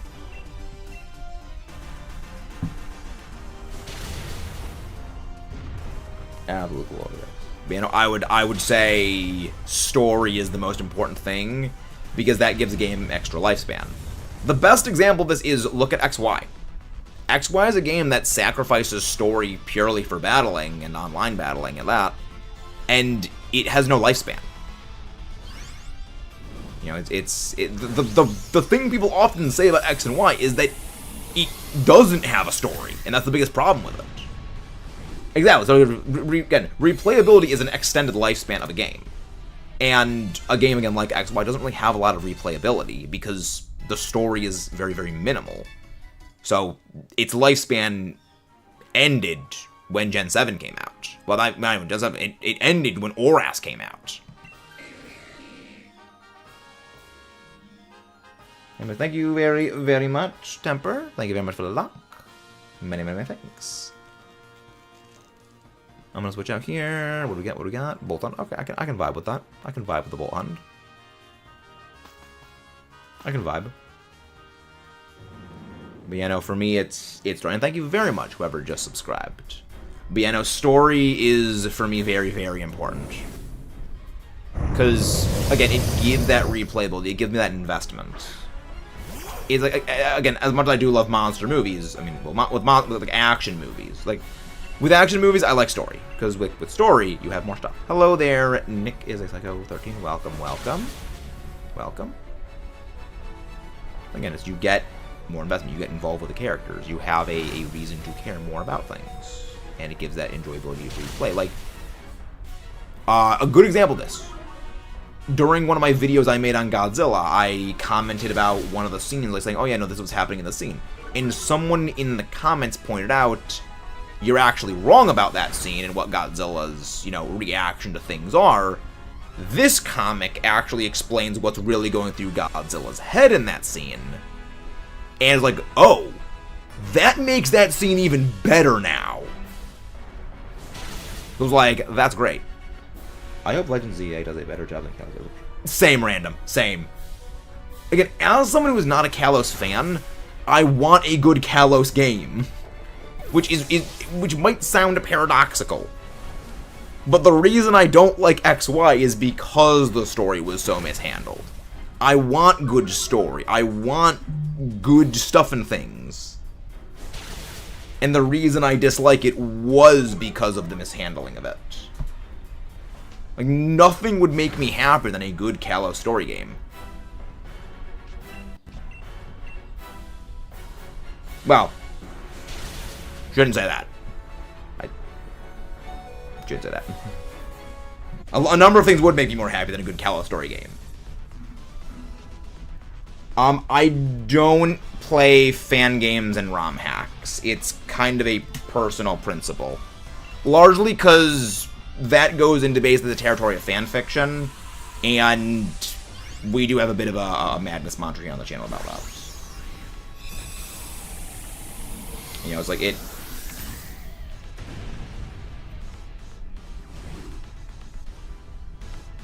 There we go. If you guys haven't done so already, don't forget to subscribe for more and leave a like on the stream. You know, it more or less the belief I have when it comes to things is one, fan games and ROM hacks and things often lean into what a specific creator or a specific group of fans of a game want very specifically, and it leans very, very unfortunately heavy on not really like nostalgia worship, but on like worship of a certain thing to glorify certain aspects of the series. And that also comes with its own detriments, as well as in the end, it's not canon. It is a fan project. You know, it's not the actual product itself. It's merely an imitation. That, and it will also give an overinflated, oh, we want these kinds of things, when it's not made for that reason. Again, it's entirely a fan-cooked project, which also have a lot more narrow audience base. I mean, a lot of the fan game and ROM hacks, they don't have nearly the same player base that the main games do, which is literally tens of millions of players for the main games. ROM hacks and fan games tend to only have, you know, maybe tens of thousands to maybe at most hundreds of thousands. You know, which is 0.1% of the actual game player base, which again shows the different things. Against telling people to play a game. Exactly. Thank you. Thank you, Neil. You know, it should not be up to the fans to create a fix for a problem that never should have been there to begin with. You know, it was a very deliberate choice on Game Freak's part to sacrifice the story of X and Y for nostalgia worship. They make Pokemon ZA as good as Legends Arceus with the protagonist and different mechanics. Well, I mean, I wasn't the biggest fan of Arceus. Largely because the story was a very big retelling of Dungeons & Explorers of Sky, which is one of my favorite games of all time. But I felt like I was just playing a reduced version of that game. You know, it did feel like it was... I mean, even down to, you are an amnesiac time traveler who falls through from the future to stop a megalomaniac who wants to control the powers of time and space with backwards-facing pointy hair, and uses the power of darkness to take over time and space, and you have to save the world by going across the land, exploring things, and befriending all Pokemon to stop said megalomaniac. Who, final boss, Comes through a portal from a different dimension. Again, I love the game, but when I play a game and I feel like, well, again, not just play a game, but like when it comes to like I'm watching a TV show, watching a movie, playing a game, and the whole time I'm feeling like this feels like this other thing that I've seen and the other thing was better, it makes me less inclined to continue interacting with this thing, but just go watch and play the better version.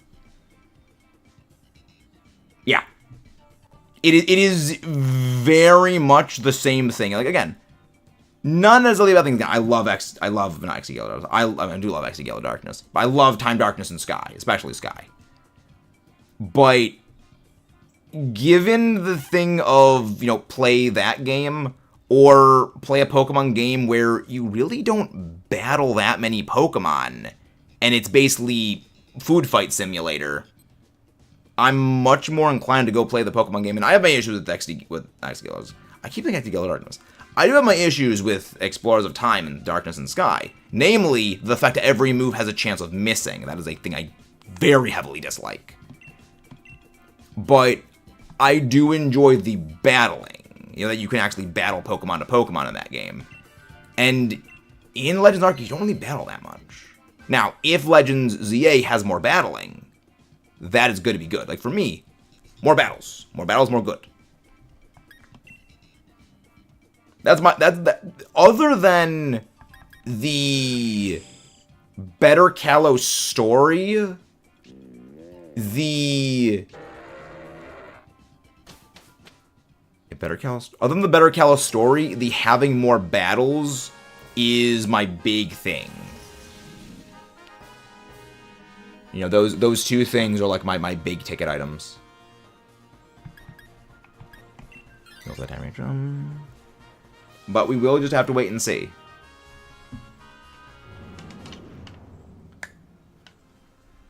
We will indeed have to wait and see.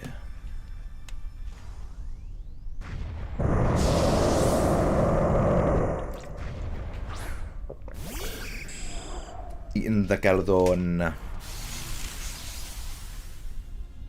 Yeah, it's gonna be interesting to see what happens. It's gonna be interesting to see what happens. Thank you very much, whoever just subscribed. I'm gonna go for Steel Wing. Okay, good. That can't get paralyzed. Electric immune to paralysis. Superior effective. Wing. Please get a defense drop, please. No.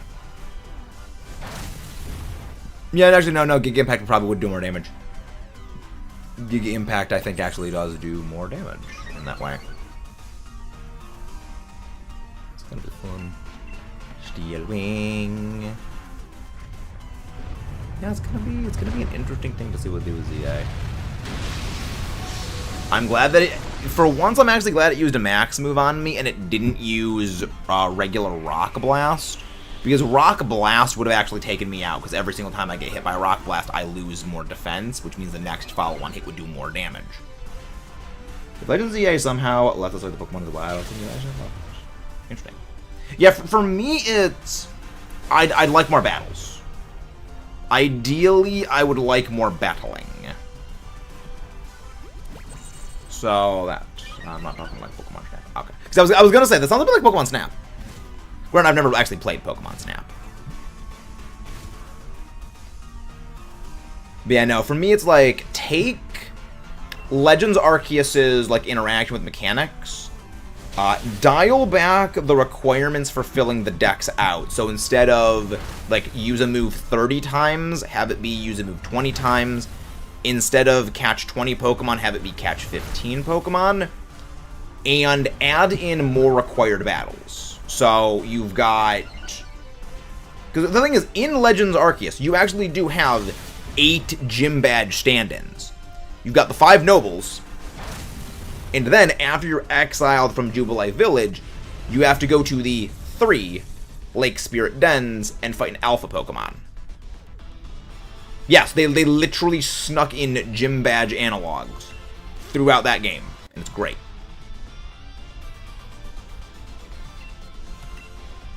So it's like, have more of that.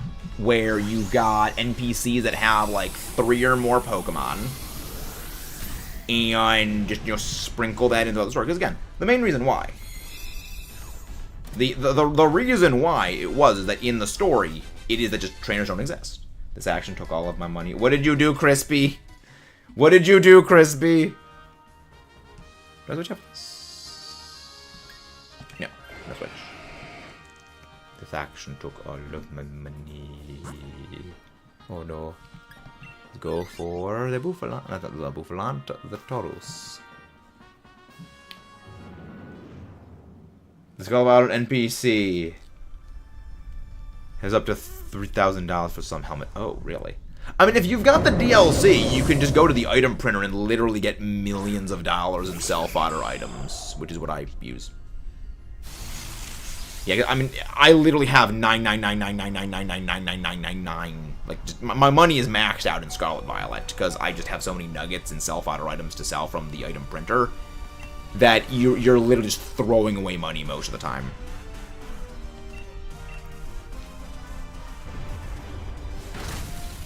Well, I mean, you've got to remember, I compulsively do the item printer. Well, compulsively did the item printer.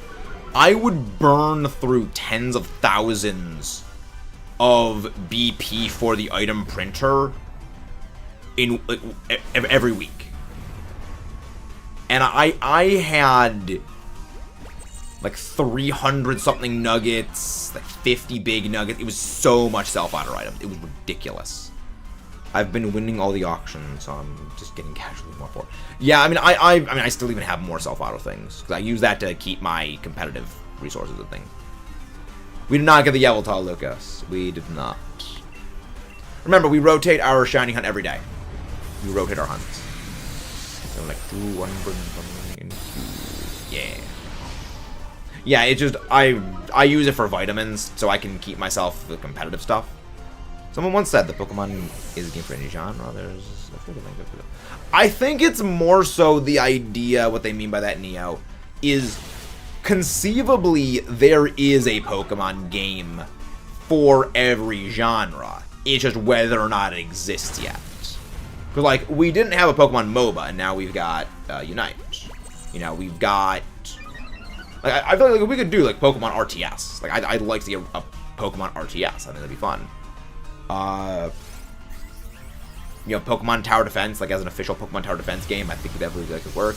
Again, I mean, other than like Pokemon first-person shooters, I love how you said the exact thing I was saying, Lucas. Pokemon FPS.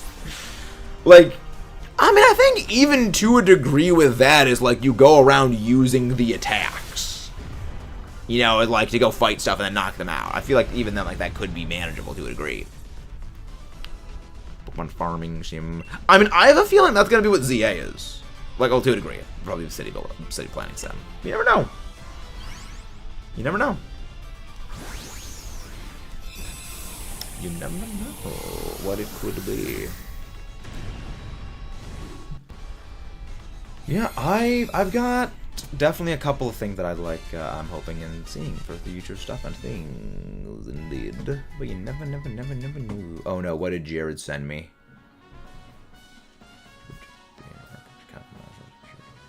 Oh, that's cool. Okay, I'm gonna go check that out then.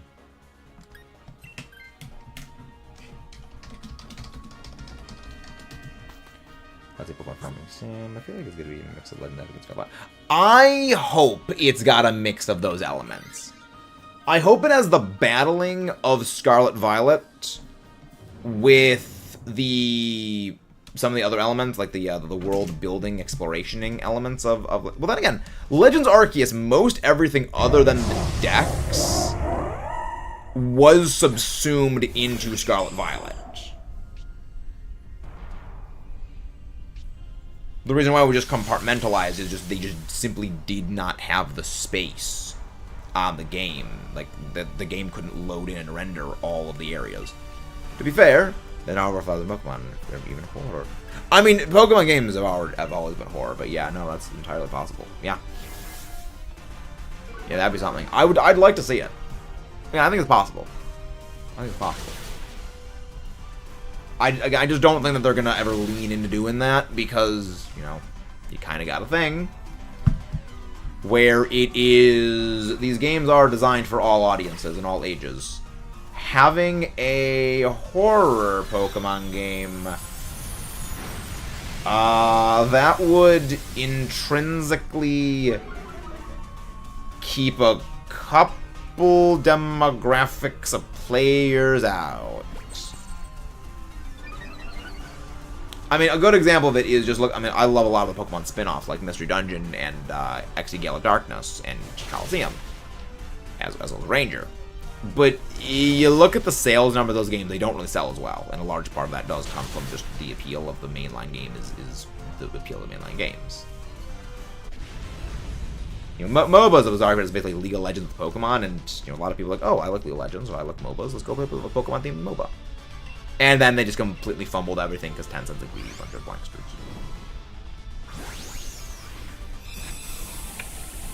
But that's a matter for a different story. That's a matter for a different day.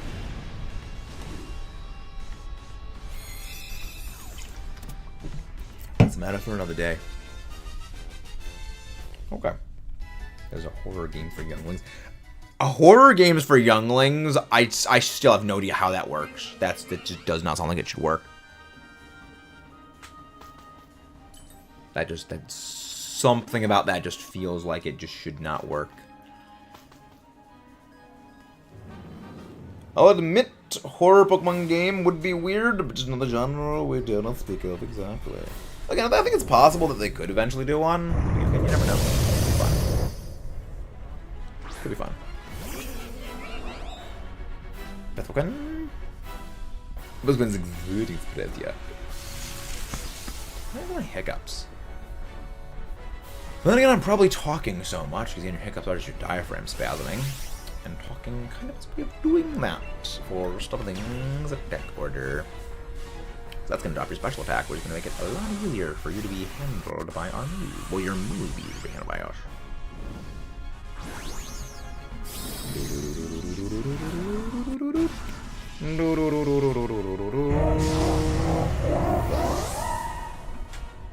Yeah, I'm looking forward to it. What was I gonna say? I was gonna say something. That's not good. That's a flat line right there. Yeah, I mean, Ghetsis as well. Ghetsis, great. I love that guy. Topical! Ghetsis is actually something mentioned in one of the next Godzilla videos. So that's actually kind of funny. That is like actually a thing that's being mentioned.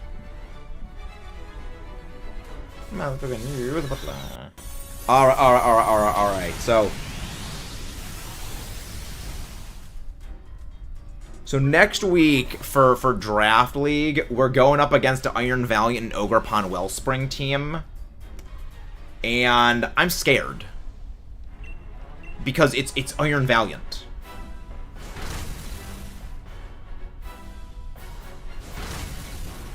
Now the good thing is this is my Sun team. So I've got it's my Sun team, and Ogerpon Wellspring cannot terrastalize. So I don't need to deal with Terra Water special Uber defense Ogerpon. However, Goodra is gonna be. See, Iron Valiant is frail, but it also has a way of obliterating things. You know, it's Iron Valiant might be frail, but it likes to go Bloodlust.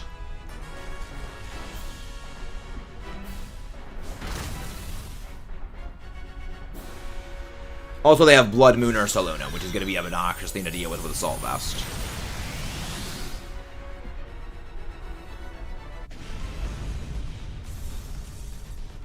Also got Annihilate, but I mean, Annihilate's not going to be that bad to deal with.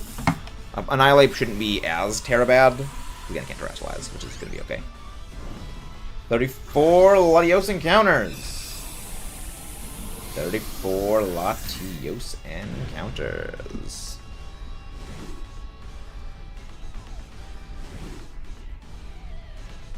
But dude's also based. He's got Honchkrow. Yeah, again, the thing is, it can't terrestrialize. So again, it's basically like AV Ursa, Blood Moon Ursa Luna. Again, I've got Sun Power on my team. So, like, if I can get past that Iron Valiant, I think we should be good to go. We should be. No shiny? I am thirsty for some chocolate juice. No. No chocolate juice. Anybody else gonna pop in for some Dynamax Adventures? Yeah. Anyone want to pop in for some DAs? More than happy to have you pop in. But yeah, no, Blood Moon Ursa Luna, I've got a plan for it. Because the issue, tricky part of Blood Moon Ursa is it can hit ghost types, and it can hit steel types for super effect. It can hit ghost types with normal moves, and it can hit steel types, which is the only thing that resist. Yeah, the only two immunities to, the only two resistances to normal, it can hit for super effective damage, and the only immunity it can hit for neutral. So you have the starters, really nice. I wish I could watch it work. That was good, understandable. Yeah, his Terra is one of his Terras is Honchkrow.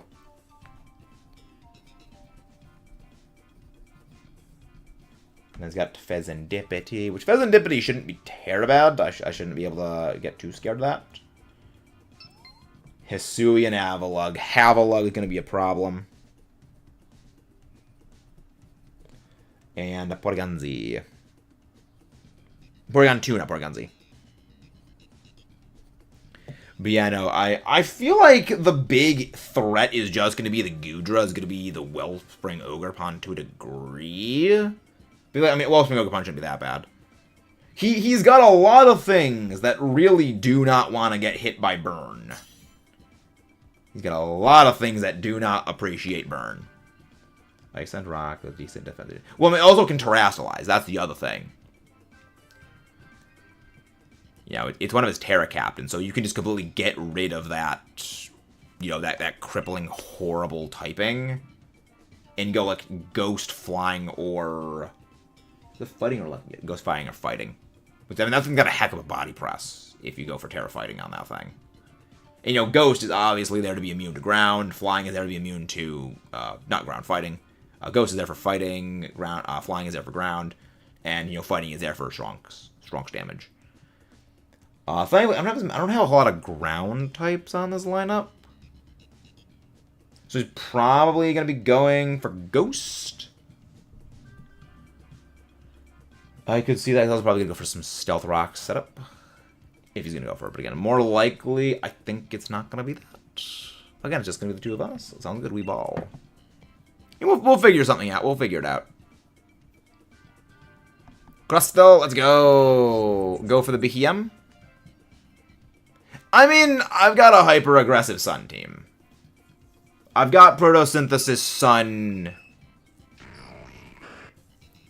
Hello there, Solarlux. Welcome back. How have you been? Hope you've been well. We should have some stuff and things that should be fine. We should be fine. Who knows? Again, I enjoy the battling for the ball. We just ball. Ooh, I see Auroras. Let's go for the Aurora. Stick to the right side and get that Auroras. You know, it's gonna be good. It might be tough, but I think I will be able to eventually possibly crack it. You never know, though. You never know.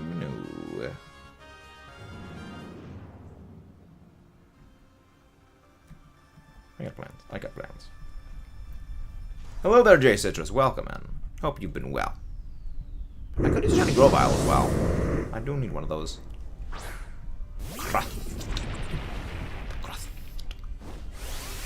So yeah, so we're gonna switch out the BHM for the Auroras. Excuse. It's been pretty well, Solar. It's been pretty good. I mean, I love that Ogerpon One World. It's awesome. I mean, it's Ogerpon. It's very, very good. It is very, very strong. Acrobatics. Ooh, good damage. Very good damage. Well, I'm glad you're doing well. I did pretty good. Got that sleep. Very fun. Excuse. That wasn't even a crit, too. Very nice. That was not even a crit. Fine. Okay, why I don't get why it's going for Endure when it's asleep. Ogerpon's one of my favorite. Ogerpon is not a mythical. Ogerpon's a legendary. Yeah, mythicals are actually outright banned from VGC. No switch out on the Grovyle. But I would not mind a shiny of it. I just say this, but if I Ogerpon weird, it's face. You mean like the mask or the face behind the mask? Yeah, I mean, the terms legendary and mythical are very, very easily confused because for a long time in the West, they just said, oh yeah, legendaries are mythicals and mythicals are legendaries. It wasn't like, the term mythical basically was not introduced, like, to the West side of things. Because even then, like, when they have introduced, like, a mythical Pokemon in story, as in, like, Pokemon that are in myths, like the Sinnoh legendaries, as in, like, okay, there's myths about them, which also was mythical. It was like, the phrasing of things is always weird. Oh, the face on his body. Okay. Interesting. Oh, yeah, Timon, you'd be happy. We're happy to have you guys join in for some Dynamax Adventures. That's the reason we do them, is so you, the viewers, can join in. Tomorrow is going to be... Tomorrow's going to be Kyurem Dynamax Adventures, I believe, as well.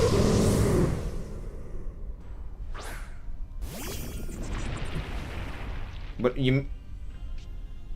do you mean, are they legit? I mean, they're on actual Switch. We're shiny hunting. They're not always shiny. We're doing the Dynamax Adventures to find a shiny. I'm not really sure I follow.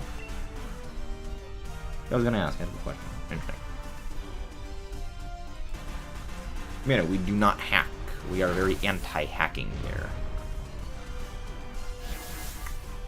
Also, if you guys haven't done so already, don't forget to subscribe for more and leave a like on the stream. That's not good. That is an unfortunate takedown because Emolga is frail.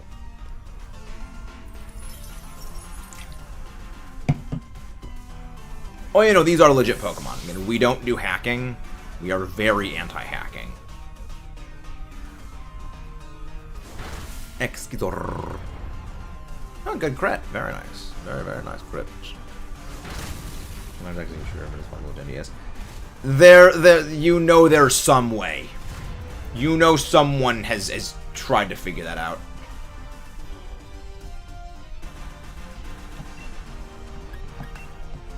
Body press.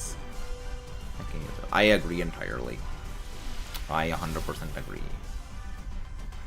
Hornbull also does not like hacking. What is it with all the freaking hailstorm? I mean, you're not going to survive. Get body pressed. You could call this a very pressing situation for... thing. Wouldn't mind a shiny of this, though. It's got a nice shiny. What about not getting 0 IDs when everyone else has the same going? It is dark and hungry. Oh, is it nighttime? Is it nighttime where you are? Breaking there right now, Ice Cube. It is ironic for a Pokemon that turns into a quad ice type weak thing. It is using the Freezy moves. And if you guys haven't done so already, don't forget to subscribe for more. And leave a like on the stream. No switch. No switch. No switch. It's also dark in your country. Interesting. Durant air. Durant. Okay, we've got Aurora. This is going to be our next target. And we're going to switch out the Behem for the Auroras. Yeah, no doubt someone went to source code trying to manipulate the general details to get a general legend. Yep. So again, it's a thing. Ice Cube, Ice baby. Oh, I see. I'm stupid. You gotta remember, Wormhole. I'm dumb. I critically lack the necessary brain cells to figure stuff and things out. I'm just gonna go body press. Just go body press. It's quad super effective. Plus, I also believe I have higher defense than physical attack, actually. Why do you use Endure? Why? It doesn't do anything. We are all chronically dumb. Mood, Wurmple. I feel that. Okay, I'm fine with that because that thing's got shed skin. It's probably the best thing to have get paralyzed on the Team Thunder Wave. Good Bonacross. Good card. Good. Meteor Beam charging the space lasers. Let's see. Does Shed Skin proc this turn? No, it does not. Whether it goes for Brick Break or whether it goes for Screech, either way is actually good for our heroes. Okay, went for Brick Break. This still is decent damage. This is decent damage. You jackwagon. That was rude. Highly rude. I feel that mood. My phone vibrated. Interesting. That is interesting.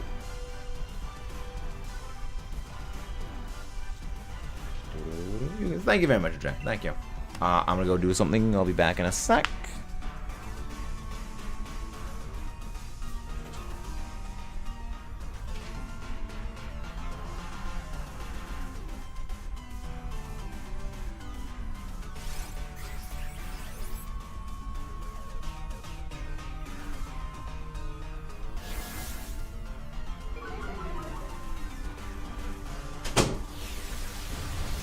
And the stat purge does the stat purge things.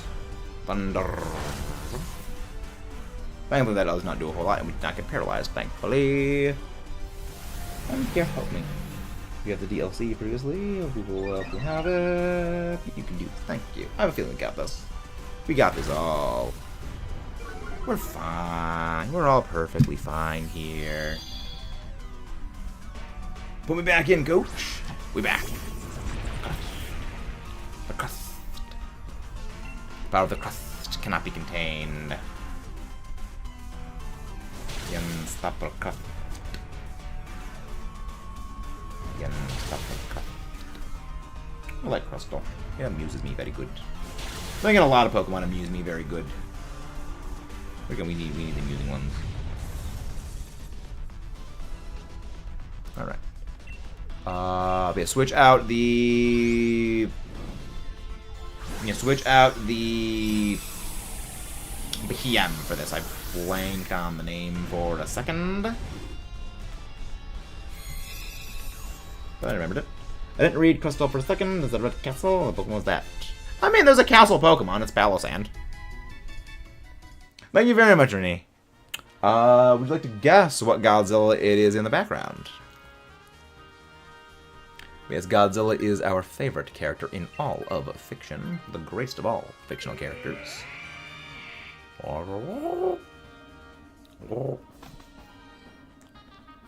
It is Godzilla Final Wars. Very, very astute observation. Very good. Yeah, I love Final Wars. Final Wars has some good music. Artie's it looks like it. Okay, I can't be trusted not to paper down. Fair enough. Fair enough. Fair enough, Jared. Fair enough. Oh, we got a turn one thing. I'm gonna go max letter by. You get to decrease special defense. What is the Godzilla movie? I have a very hard time deciding what my favorite Godzilla movie is. It's like it's a tie between like Godzilla vs. Kong or Godzilla vs. Mechagodzilla 2. It's like a tie. It's a very, very close tie. How come everyone... I don't know what Godzilla... Yeah, I know. It's very distinct. The only other one that I think people probably would guess other than Final would be Kiryu Goji. But Final Goji, I think, is like Final War that was one of the only ones that actually did get released out in the West. So, like, it's probably one that most people are actually very familiar with. Why is my Wurmple not purple? It is shiny after falling. I mean, that's a lot of Wurmple. That just RNG screwing you over, because I mean that's what RNG does best. That is literally RNG's greatest thing. I mean, wow, first turn knockout. That is an absolutely fantastic FTK. I love a good FTK. Not, I mean, well, yeah, well, I mean, an OTK... If every FTK is an OTK, but not every OTK is an FTK. 36. I didn't know where poor Shiny was right. This is a joke. TK. Oh. But yeah, OTK is one turn game end. You know, I can't say the actual word, but thank you very much, whoever just subscribed. Yeah, an FTK is a first turn end. OTK is one turn game end. No shinies, no shinies, no shiny Auroras. No shiny blue dragon. We got look into this. Favorite Godzilla is Godzilla vs. Gigan, and Terror of Mega Godzilla. Ooh, nice. I've just got both of those on DVD. I've got a Showa Classics collection. Yeah, I got Godzilla vs. Mechagodzilla, Godzilla again, Terror of Mechagodzilla, got Godzilla vs. Gigan. I think it's Son of Godzilla is the one I've got. Where it's again, Ghidorah the Monster, Astro Monster, Monster Zero. And a few others. Like was in a game. Because the YouTube algorithm doesn't like the word Wormhole. The algorithm doesn't like it when you say that word. Because like, it will literally decrease the visibility to people if you say that word, and among a few other among a few other words was one of the reasons. I don't swear normally because I don't really think it's necessary to swear. The K word. The K word. Again, there's a bunch of words that are not good to be said after Thanos Snap or Shadow Realm. Yes. Yeah, I mean, the only reason I say Game End is there's a channel I watch where I actually learned about this from, and their preferred one is Game End. It's like, you know, that's funny. I mean also like games, so like, you know, Game End. It worked. It worked. It worked.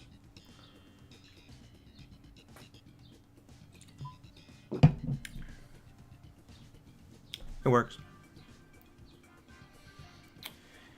But yeah, I think we've got 2 more Dynamax Adventures in us before we end off.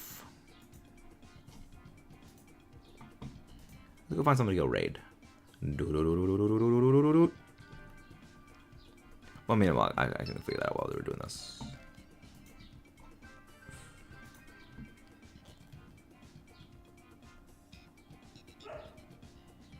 No, that's not the K word. It's a different K word. Yeah, no, it's not knock. You know, it was OTK is first. It's OTK, not OTKO. You know, there's no out. It's just K. It's just the K. Ooh, Golurk, I'll take that. Galvantula, also good. OTK. Yes, TKO is total knockout. Okay, so what's technical knockout then? What's technical knockout? English is hard. Words are struggle, I feel that. Words are a constant struggle of things. Oh, it's a jellicent. It's the jellyfish. The fish does the fishy things. Oh, Armaldo. We go with them all because we're gonna go to the left the entire time. We're gonna grab that Armaldo. My mom is an English major too. Well, English. I'm pretty sure English major is like literacy analysis, like an analysis of books, not really like phonetics. I think. Could be wrong on that, but I think that's what it is. Like it's analysis of books and literature, not like word sentencing and structure. Because words are weird. Because words are indeed wording. Shadow Punch. Punch to the Shadow Realm. You can't game end a ghost. It's already been game ended. Electro Ball. Yeah, I think Electro Ball would actually do more damage than Thunder. More lively as well. Heck, what's happening? I have no idea. Well, that's gonna decrease the viability of Electro Ball. I can't spell really big words. The flow of writing is a thing weird. I mean, I can't spell anyway. It's against a skill issue. It's a skill issue. Better skill issues.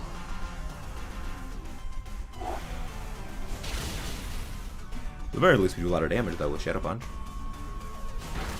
This is doing a good amount of damage. But yeah, let's go for Thunder. Let's go for Thunder, because that should do more damage reliably now, because the Electro Ball change. Shadow Punch.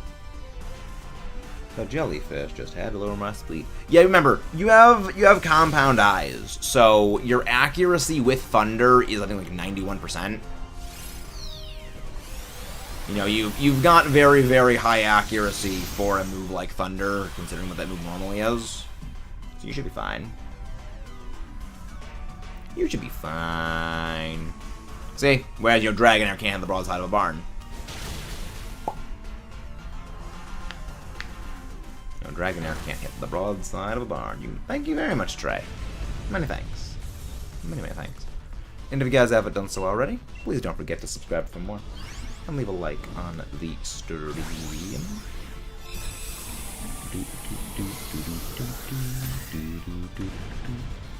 Who is live? I think is a good question.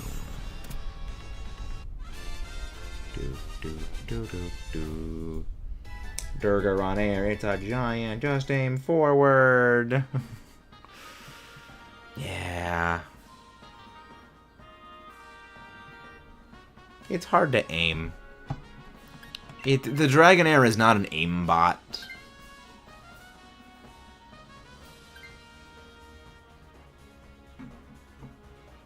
It is aimbot.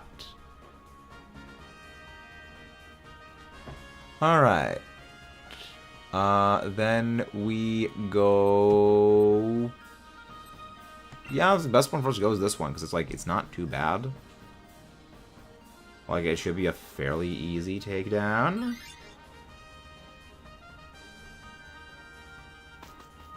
Yeah.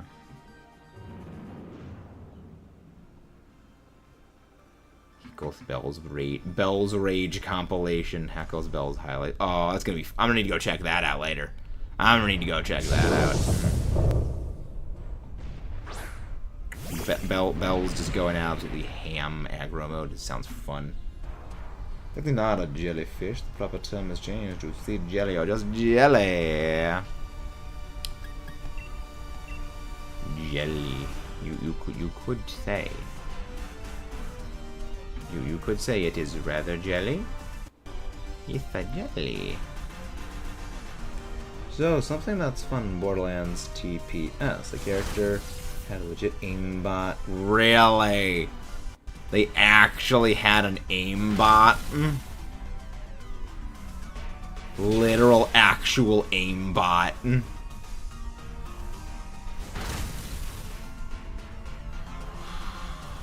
That's funny. Literal aimbot. A literal aimbot. Okay, Wurmple, have a very nice day. I'm gonna have a very nice day. See you tomorrow. Hope to see you tomorrow. The question is, who do we raid?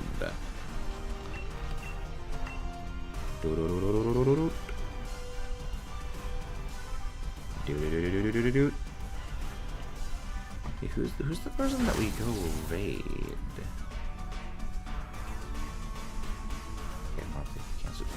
Fun. That's movies canceled. Good. Matara reacts to Numi's 2-year plan. Yeah, that's great. That's great. No switch out for this.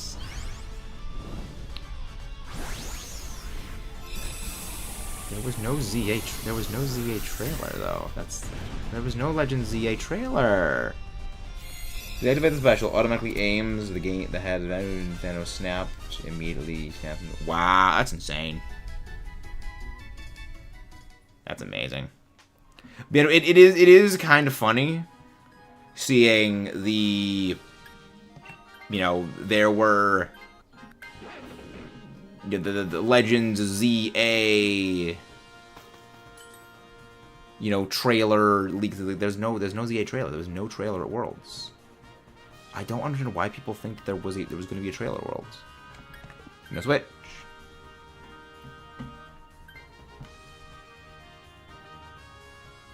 I don't understand it. But who knows? Alright, we're gonna go for the bug type. Angry noises. You good? Chat finally broke Bee-Boo. Poor Bee-Boo.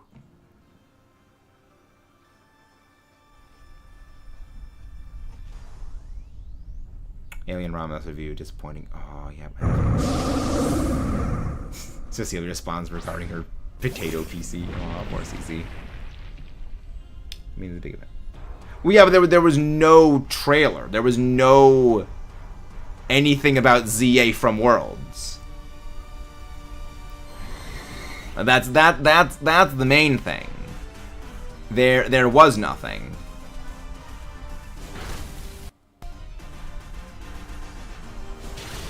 So I was like, I mean, again, the other thing is most people don't follow. We were talking about this a little bit earlier, but it's like most people don't follow VGC. World is primarily a dual battle as a dual battle thing. Two people fighting against each other, assuming we have to fight a balance. Well, the thing is, a lot of people thought the reason they were going to do it is, oh, well, they're going to have a huge audience. It's like, most people don't care about ZA. I'm not really care about ZA. Most people don't care about Worlds, because most people don't care about VGC and double battling. But the main one is Worlds is not that big. Most people just don't watch Worlds. Like, again, you would think that for a franchise that sells 24 million 24 million units of a game, you would have more than 0.1% of the audience watching Worlds. But you had 24,000 people watching Worlds. It's just, the audience is not there. You know, but you have like, what? I think like 100,000 people watching when they do a Pokemon Presents. Like it's night and day. You know, just you don't have, just the audience just is not there because people just don't care about it. And also, again, they never said there was going to be a trailer. People thought there was going to be one because of like what it was, like 4chan or something like that. But again, like when you have,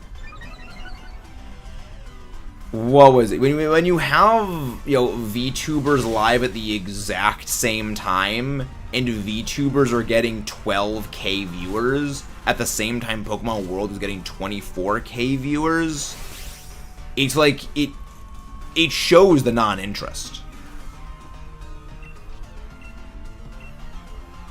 Again, I love VGC, but I am in the vast minority on that. You know, which is one of the reasons why I bring up is, like, very likely, you have less than 1%, you have less than 1 in 1,000 people who plays VGC in the whole community. And it's probably more like maybe 1 in 10,000 plays.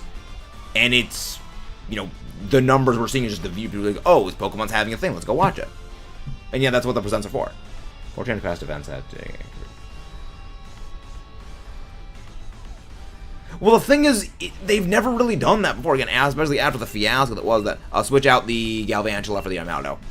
Again, like, especially after the fracas that was last year's Worlds, I think they just didn't want to have anything there. It's like, we don't want to stir up things. Again, it got overshadowed because the whole controversy was last Worlds.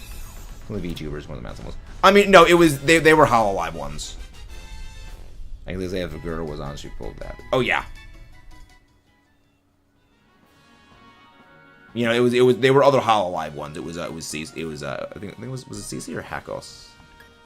But yeah, no, it was one of the Hololive ones. It was like they were 12,000. I think it was CC. No, yeah, it was 12,000. It's like, you know, it's just night and day. Again, I love VGC, but it's not, it's just not popular. And again,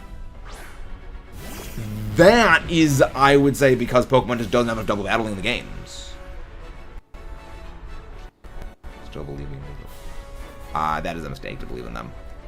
But yeah, no, it's just like, I mean, if they just had more double battles in the main games, I think that people would love to watch VGC. Yeah, Gmax the bug. Gmax the bug. You know, I think it would if they had more double battles in the mainline games and more people actually were aware of double battling and had an interest in double battling, then people would watch, you know, the VGC World more. But it's just, it's not. It just doesn't exist because there's just not the interest.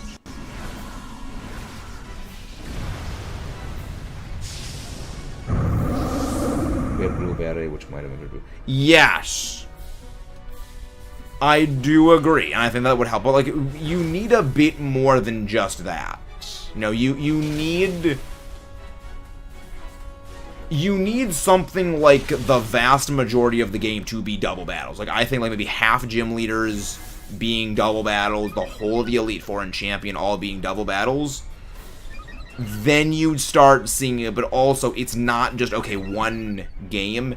It needs to be reinforced. It needs to be, you know, one gen we do, you know, one double battle for a gym and then 7 other regular gym battles, and then, you know, everything else is, you know, single battles. Then another gen, we do like half of the battles are doubles, half of them are single battles. Then next gen, it's like, you know, all gyms but one are double battles. And then, like, you know, that, you know, yeah, like it's this gradual need to reinforce more and more things are going to be double battles to get people familiar with them, to be interested in checking out double battles. That's the main thing, is just people don't know enough about them. And, you know, eventually, hopefully we do eventually get them. Because I do love me some double battles. Remember the Riddler Pool will always just probably get random good guess. Yes. Yeah, exactly. Because when it came to a lot of the earlier Pokemon games, Pokemon was incredibly predictable. Like, Pokemon followed a very, very, very predictable algorithm when it comes to how they release the games, what games are going to be released, and what those games are going to have. That was the reason why Legends Arceus completely blew all of that just out of the way. Also, to a degree, BDSP, and why Scarlet Violet, and especially the Scarlet Violet DLC, like, further blew all of that out of the way. Because they were making guesses about the newer games based on what happened before. And when none of it matched up, it was like, oh crap. It's not working. You know, it's basically just predictive algorithming. And when the predictive algorithming just does not work, it falls apart. Because again, Pokemon was incredibly predictable. It wasn't leaks, it was just really good guessing. Because again, Pokemon was that predictable.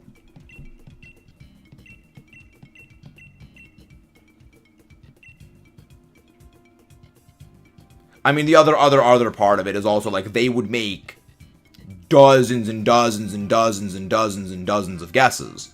And then when one of them happened to possibly seem correct, everyone forgets about the incorrect ones and only remembers the sort of correct ones.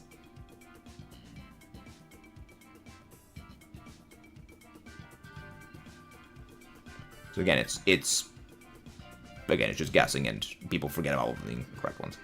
You mean when they added the double battles? Yes, they did add double battles in the Scarlet Violet DLC, which is showing progress. But what it needs is, it needs to be more than just the DLC.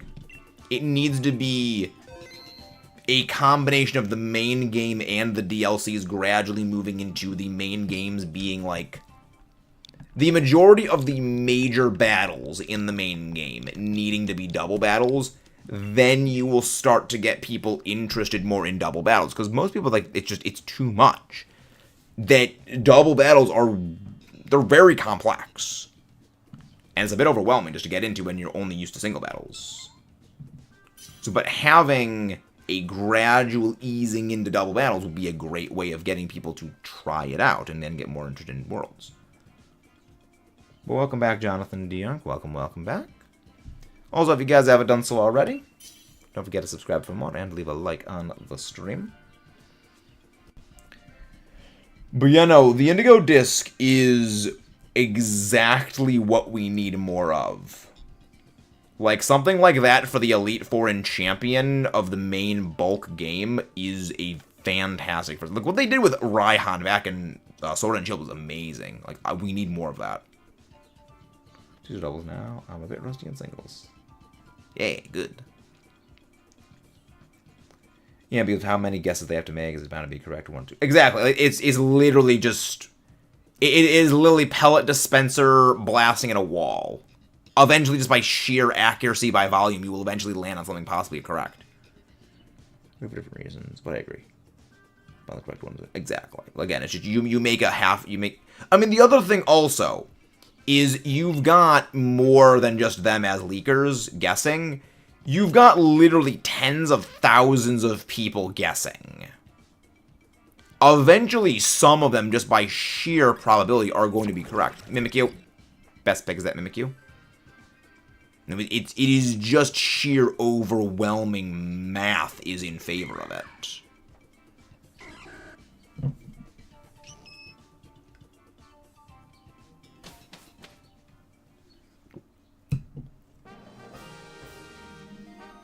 You know, it operates the same way like with movies and TV shows. Like, you have just enough people guessing, they will eventually have people who do nail it on the head. And we are going to go Alolan Raichu and straight up. One volley of arrows going straight to you. Exactly. Exactly that. I'll happen the next one. There is the next one. Yeah, this is the last one of the day, Temper. This is the final DA. Exactly. It's eventually one will be correct just by sheer probability. You know, just there, it's sheer accuracy by volume.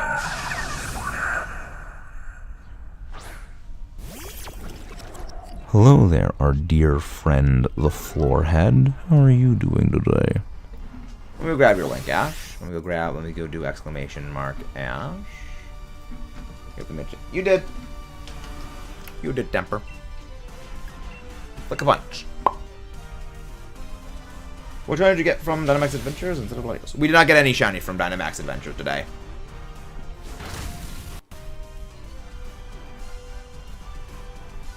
Oh, look, it's only Raichu. No, it's one half of Raichu. I mean, obviously, both of them are problematic. Raichu's would not exist. No, that huge ability. Roll, fire.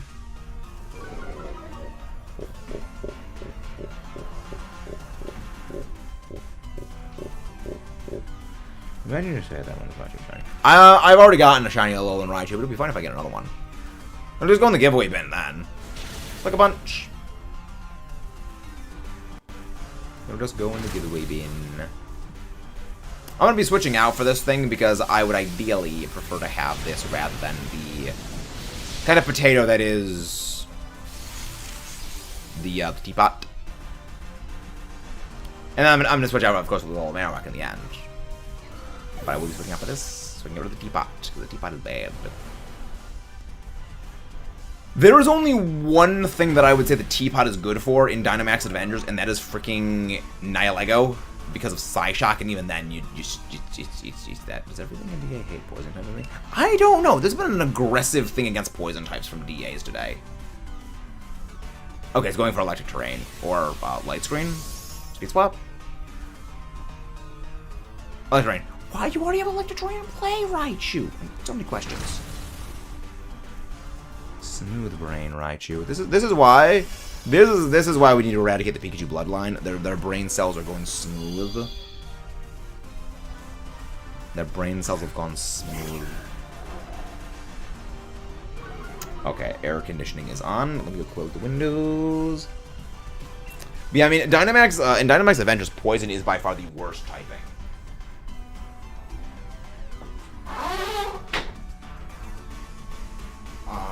Well, not poison. No, psychic is the worst. Psychic is the worst.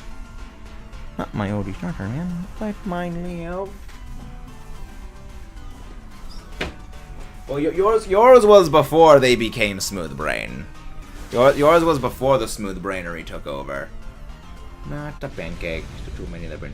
No. It's the Raichu, the Kanto Raichu, are the ones that also have the smoothest of brains. The Kanto Raichu are the smoothest of brain ones. The Alola Raichu are marginally smarter. Marginally smarter. Let's go. Let's go find who to raid.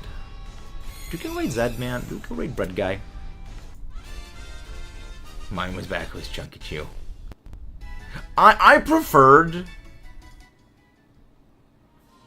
vastly preferred the Chunky Pikachu. Just, I vastly prefer like that design. It amuses me more. You know how documentaries said it's so good but so sad.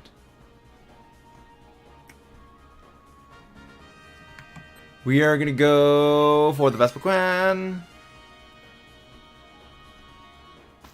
Making sure I turn to leave.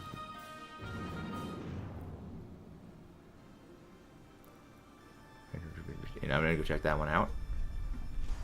Oh yeah, Miss Predator. I really gotta go find my Miss Predator one time. Oh no, that did not go well. He did a bean. To do with a Chunky Chew. Look, the only correct Pikachu. The only correct Pikachu. Oh no. Ah, Mokoko, you amuse me. Mokoko is Smooth Brain.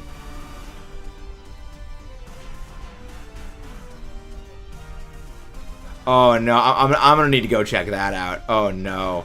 Fauna having a Smooth Brain moment. That's gonna be funny. What's the funny thing? Give me the bean. Well, that's likely typing the main go wrinkly. All Pikachu are correct except protected Pikachu. No, all Pikachu are incorrect. Other than Pichu. Pichu's okay. Pichu's good. Pichu's okay.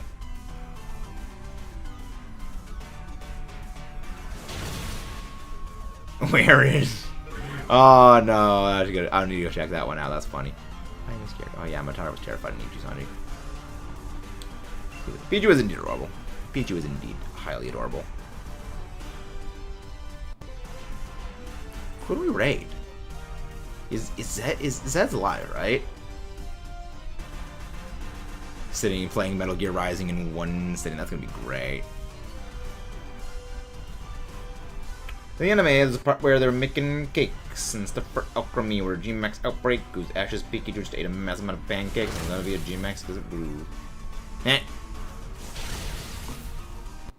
No, I mean, never underestimate the power of the pancakes. Pancakes are delightful. Hello. How many female viewers there are in chat, Raura. Raura is so easy, so simple. We love Raura. She's very smooth brain. So much cake. I mean, was it Gigantamax? I mean, Gigantamax was a thing. We've never seen the thing. There's a bread guy. There he is. Ah, he's hunting Rayquaza. Ooh, he's hunting Rayquaza.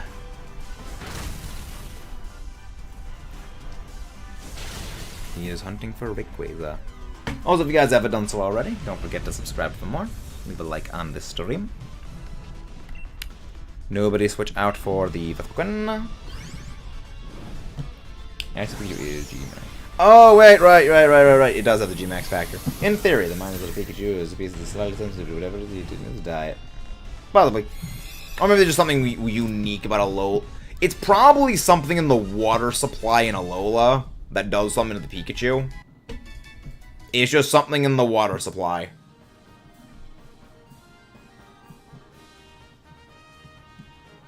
It's just the water supply. And thank you very much, whoever just subscribed. My theory is just that the water supply in Alola is different, and that's why they turn into the Alola and Raichu. We're gonna go for the Ghost type. Auto. Chunky Chew. Vachonk.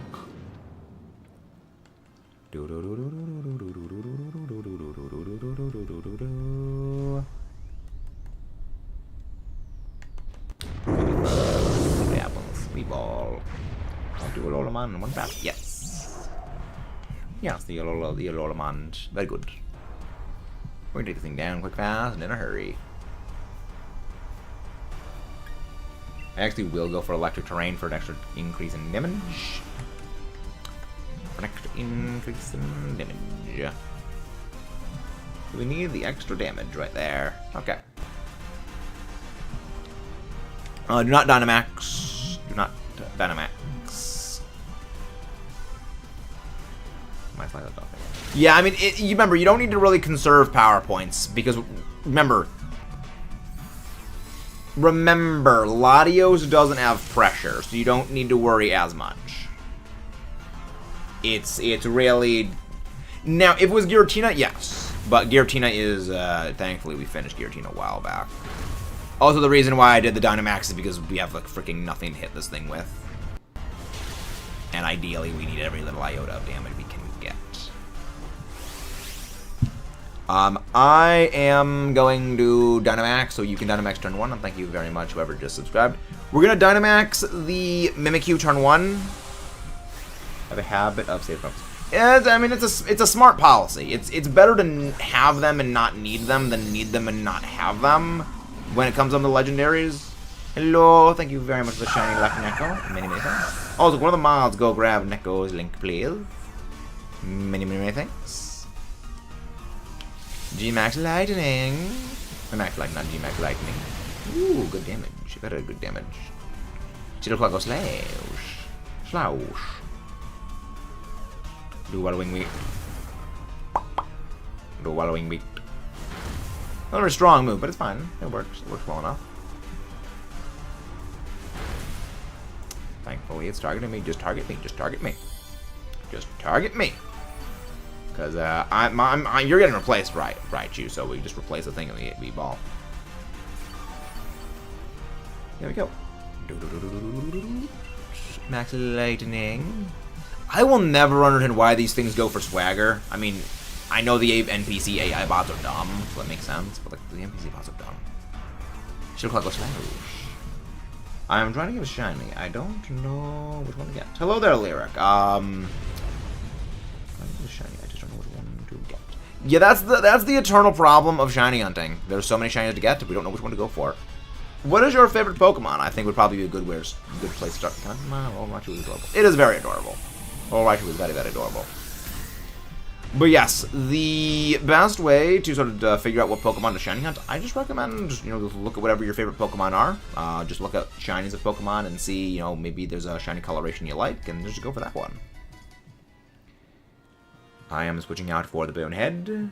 I will take the Bonehead. So you have Dynamax the Mimikyu, and we ball. Happy to help. Oh, it's happy to assist. But there's a lot of things to hunt. You got 1,025 Pokemon to shiny hunt, possibly. I mean, well, considering different forms of regional variants and things, there's more than that. There's so many options. It is Jet Ray. Let's start hatching for the shiny Lavatar. Based, unfathomably based. The Bonehead. I have 3 boxes. Yeah, to hit odds is 17 boxes. You're gonna be a bit of a way. And thank you very much, whoever just subscribed. But yeah, no, it is 17 boxes and some change. Is to hit odds.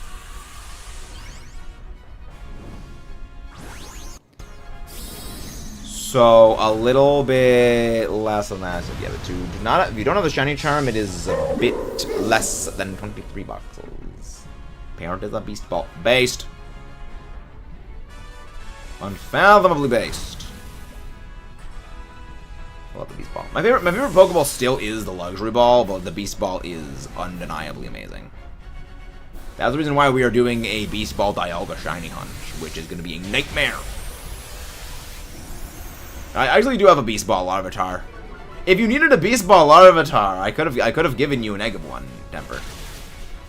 But I have a Beast Ball Larvitar. I think I do at least. The Bonehead. Yo, we ball. We got that debuff. We got that debuff rockin' rollin'. Sadly, the Clefairy went down, but we should be fine. We should be fine. That's fine. We ball. We're fine. We're fine. We're fine. We're fine. We're fine. Everything is fine. Most rated Pokemon home. Trying to get a Dino Beast Ball from Sun Moon. Press X to doubt. Press X to doubt. That sounds very, very, very non-legit. Because that is. I mean, I wouldn't take the chance. But also fair enough. That's going to be 38 in total. LATIOS. And once again, if you haven't done so already, don't forget to subscribe for more. And leave a like on the stream. We're going to go raid our friend Zed, who is shiny hunting Rayquaza. Just copy that link, only post it once.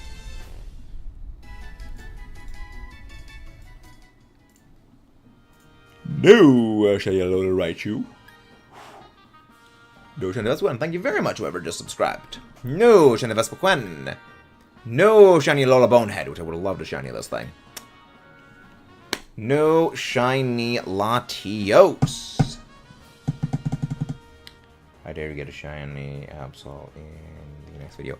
We do not know if we're even going to be encountering Absol, because we actually did an entire Dynamax Adventure session today, and actually Absol would have been a great Pokemon to get, but we actually didn't find any Absol. I don't think there is a very minimal chance we get one next time, but hopefully we do, because I still need shiny Absol. But that is going to be all for today, ladies and gentlemen. I will see you all tomorrow. Actually, speaking of tomorrow, before we end off on our secondary channel, Max Allo, we have a new video up, going up tomorrow. So feel free to check that out. It's going to be great. But we're going to be going and raiding our friend Zed, who is shiny hunting Rayquaza right now in Dynamax Adventures themselves. Thank you all for tuning in. Have a wonderful day. Have a wonderful night. Have a wonderful wherever you are in the world. And I will see you next time.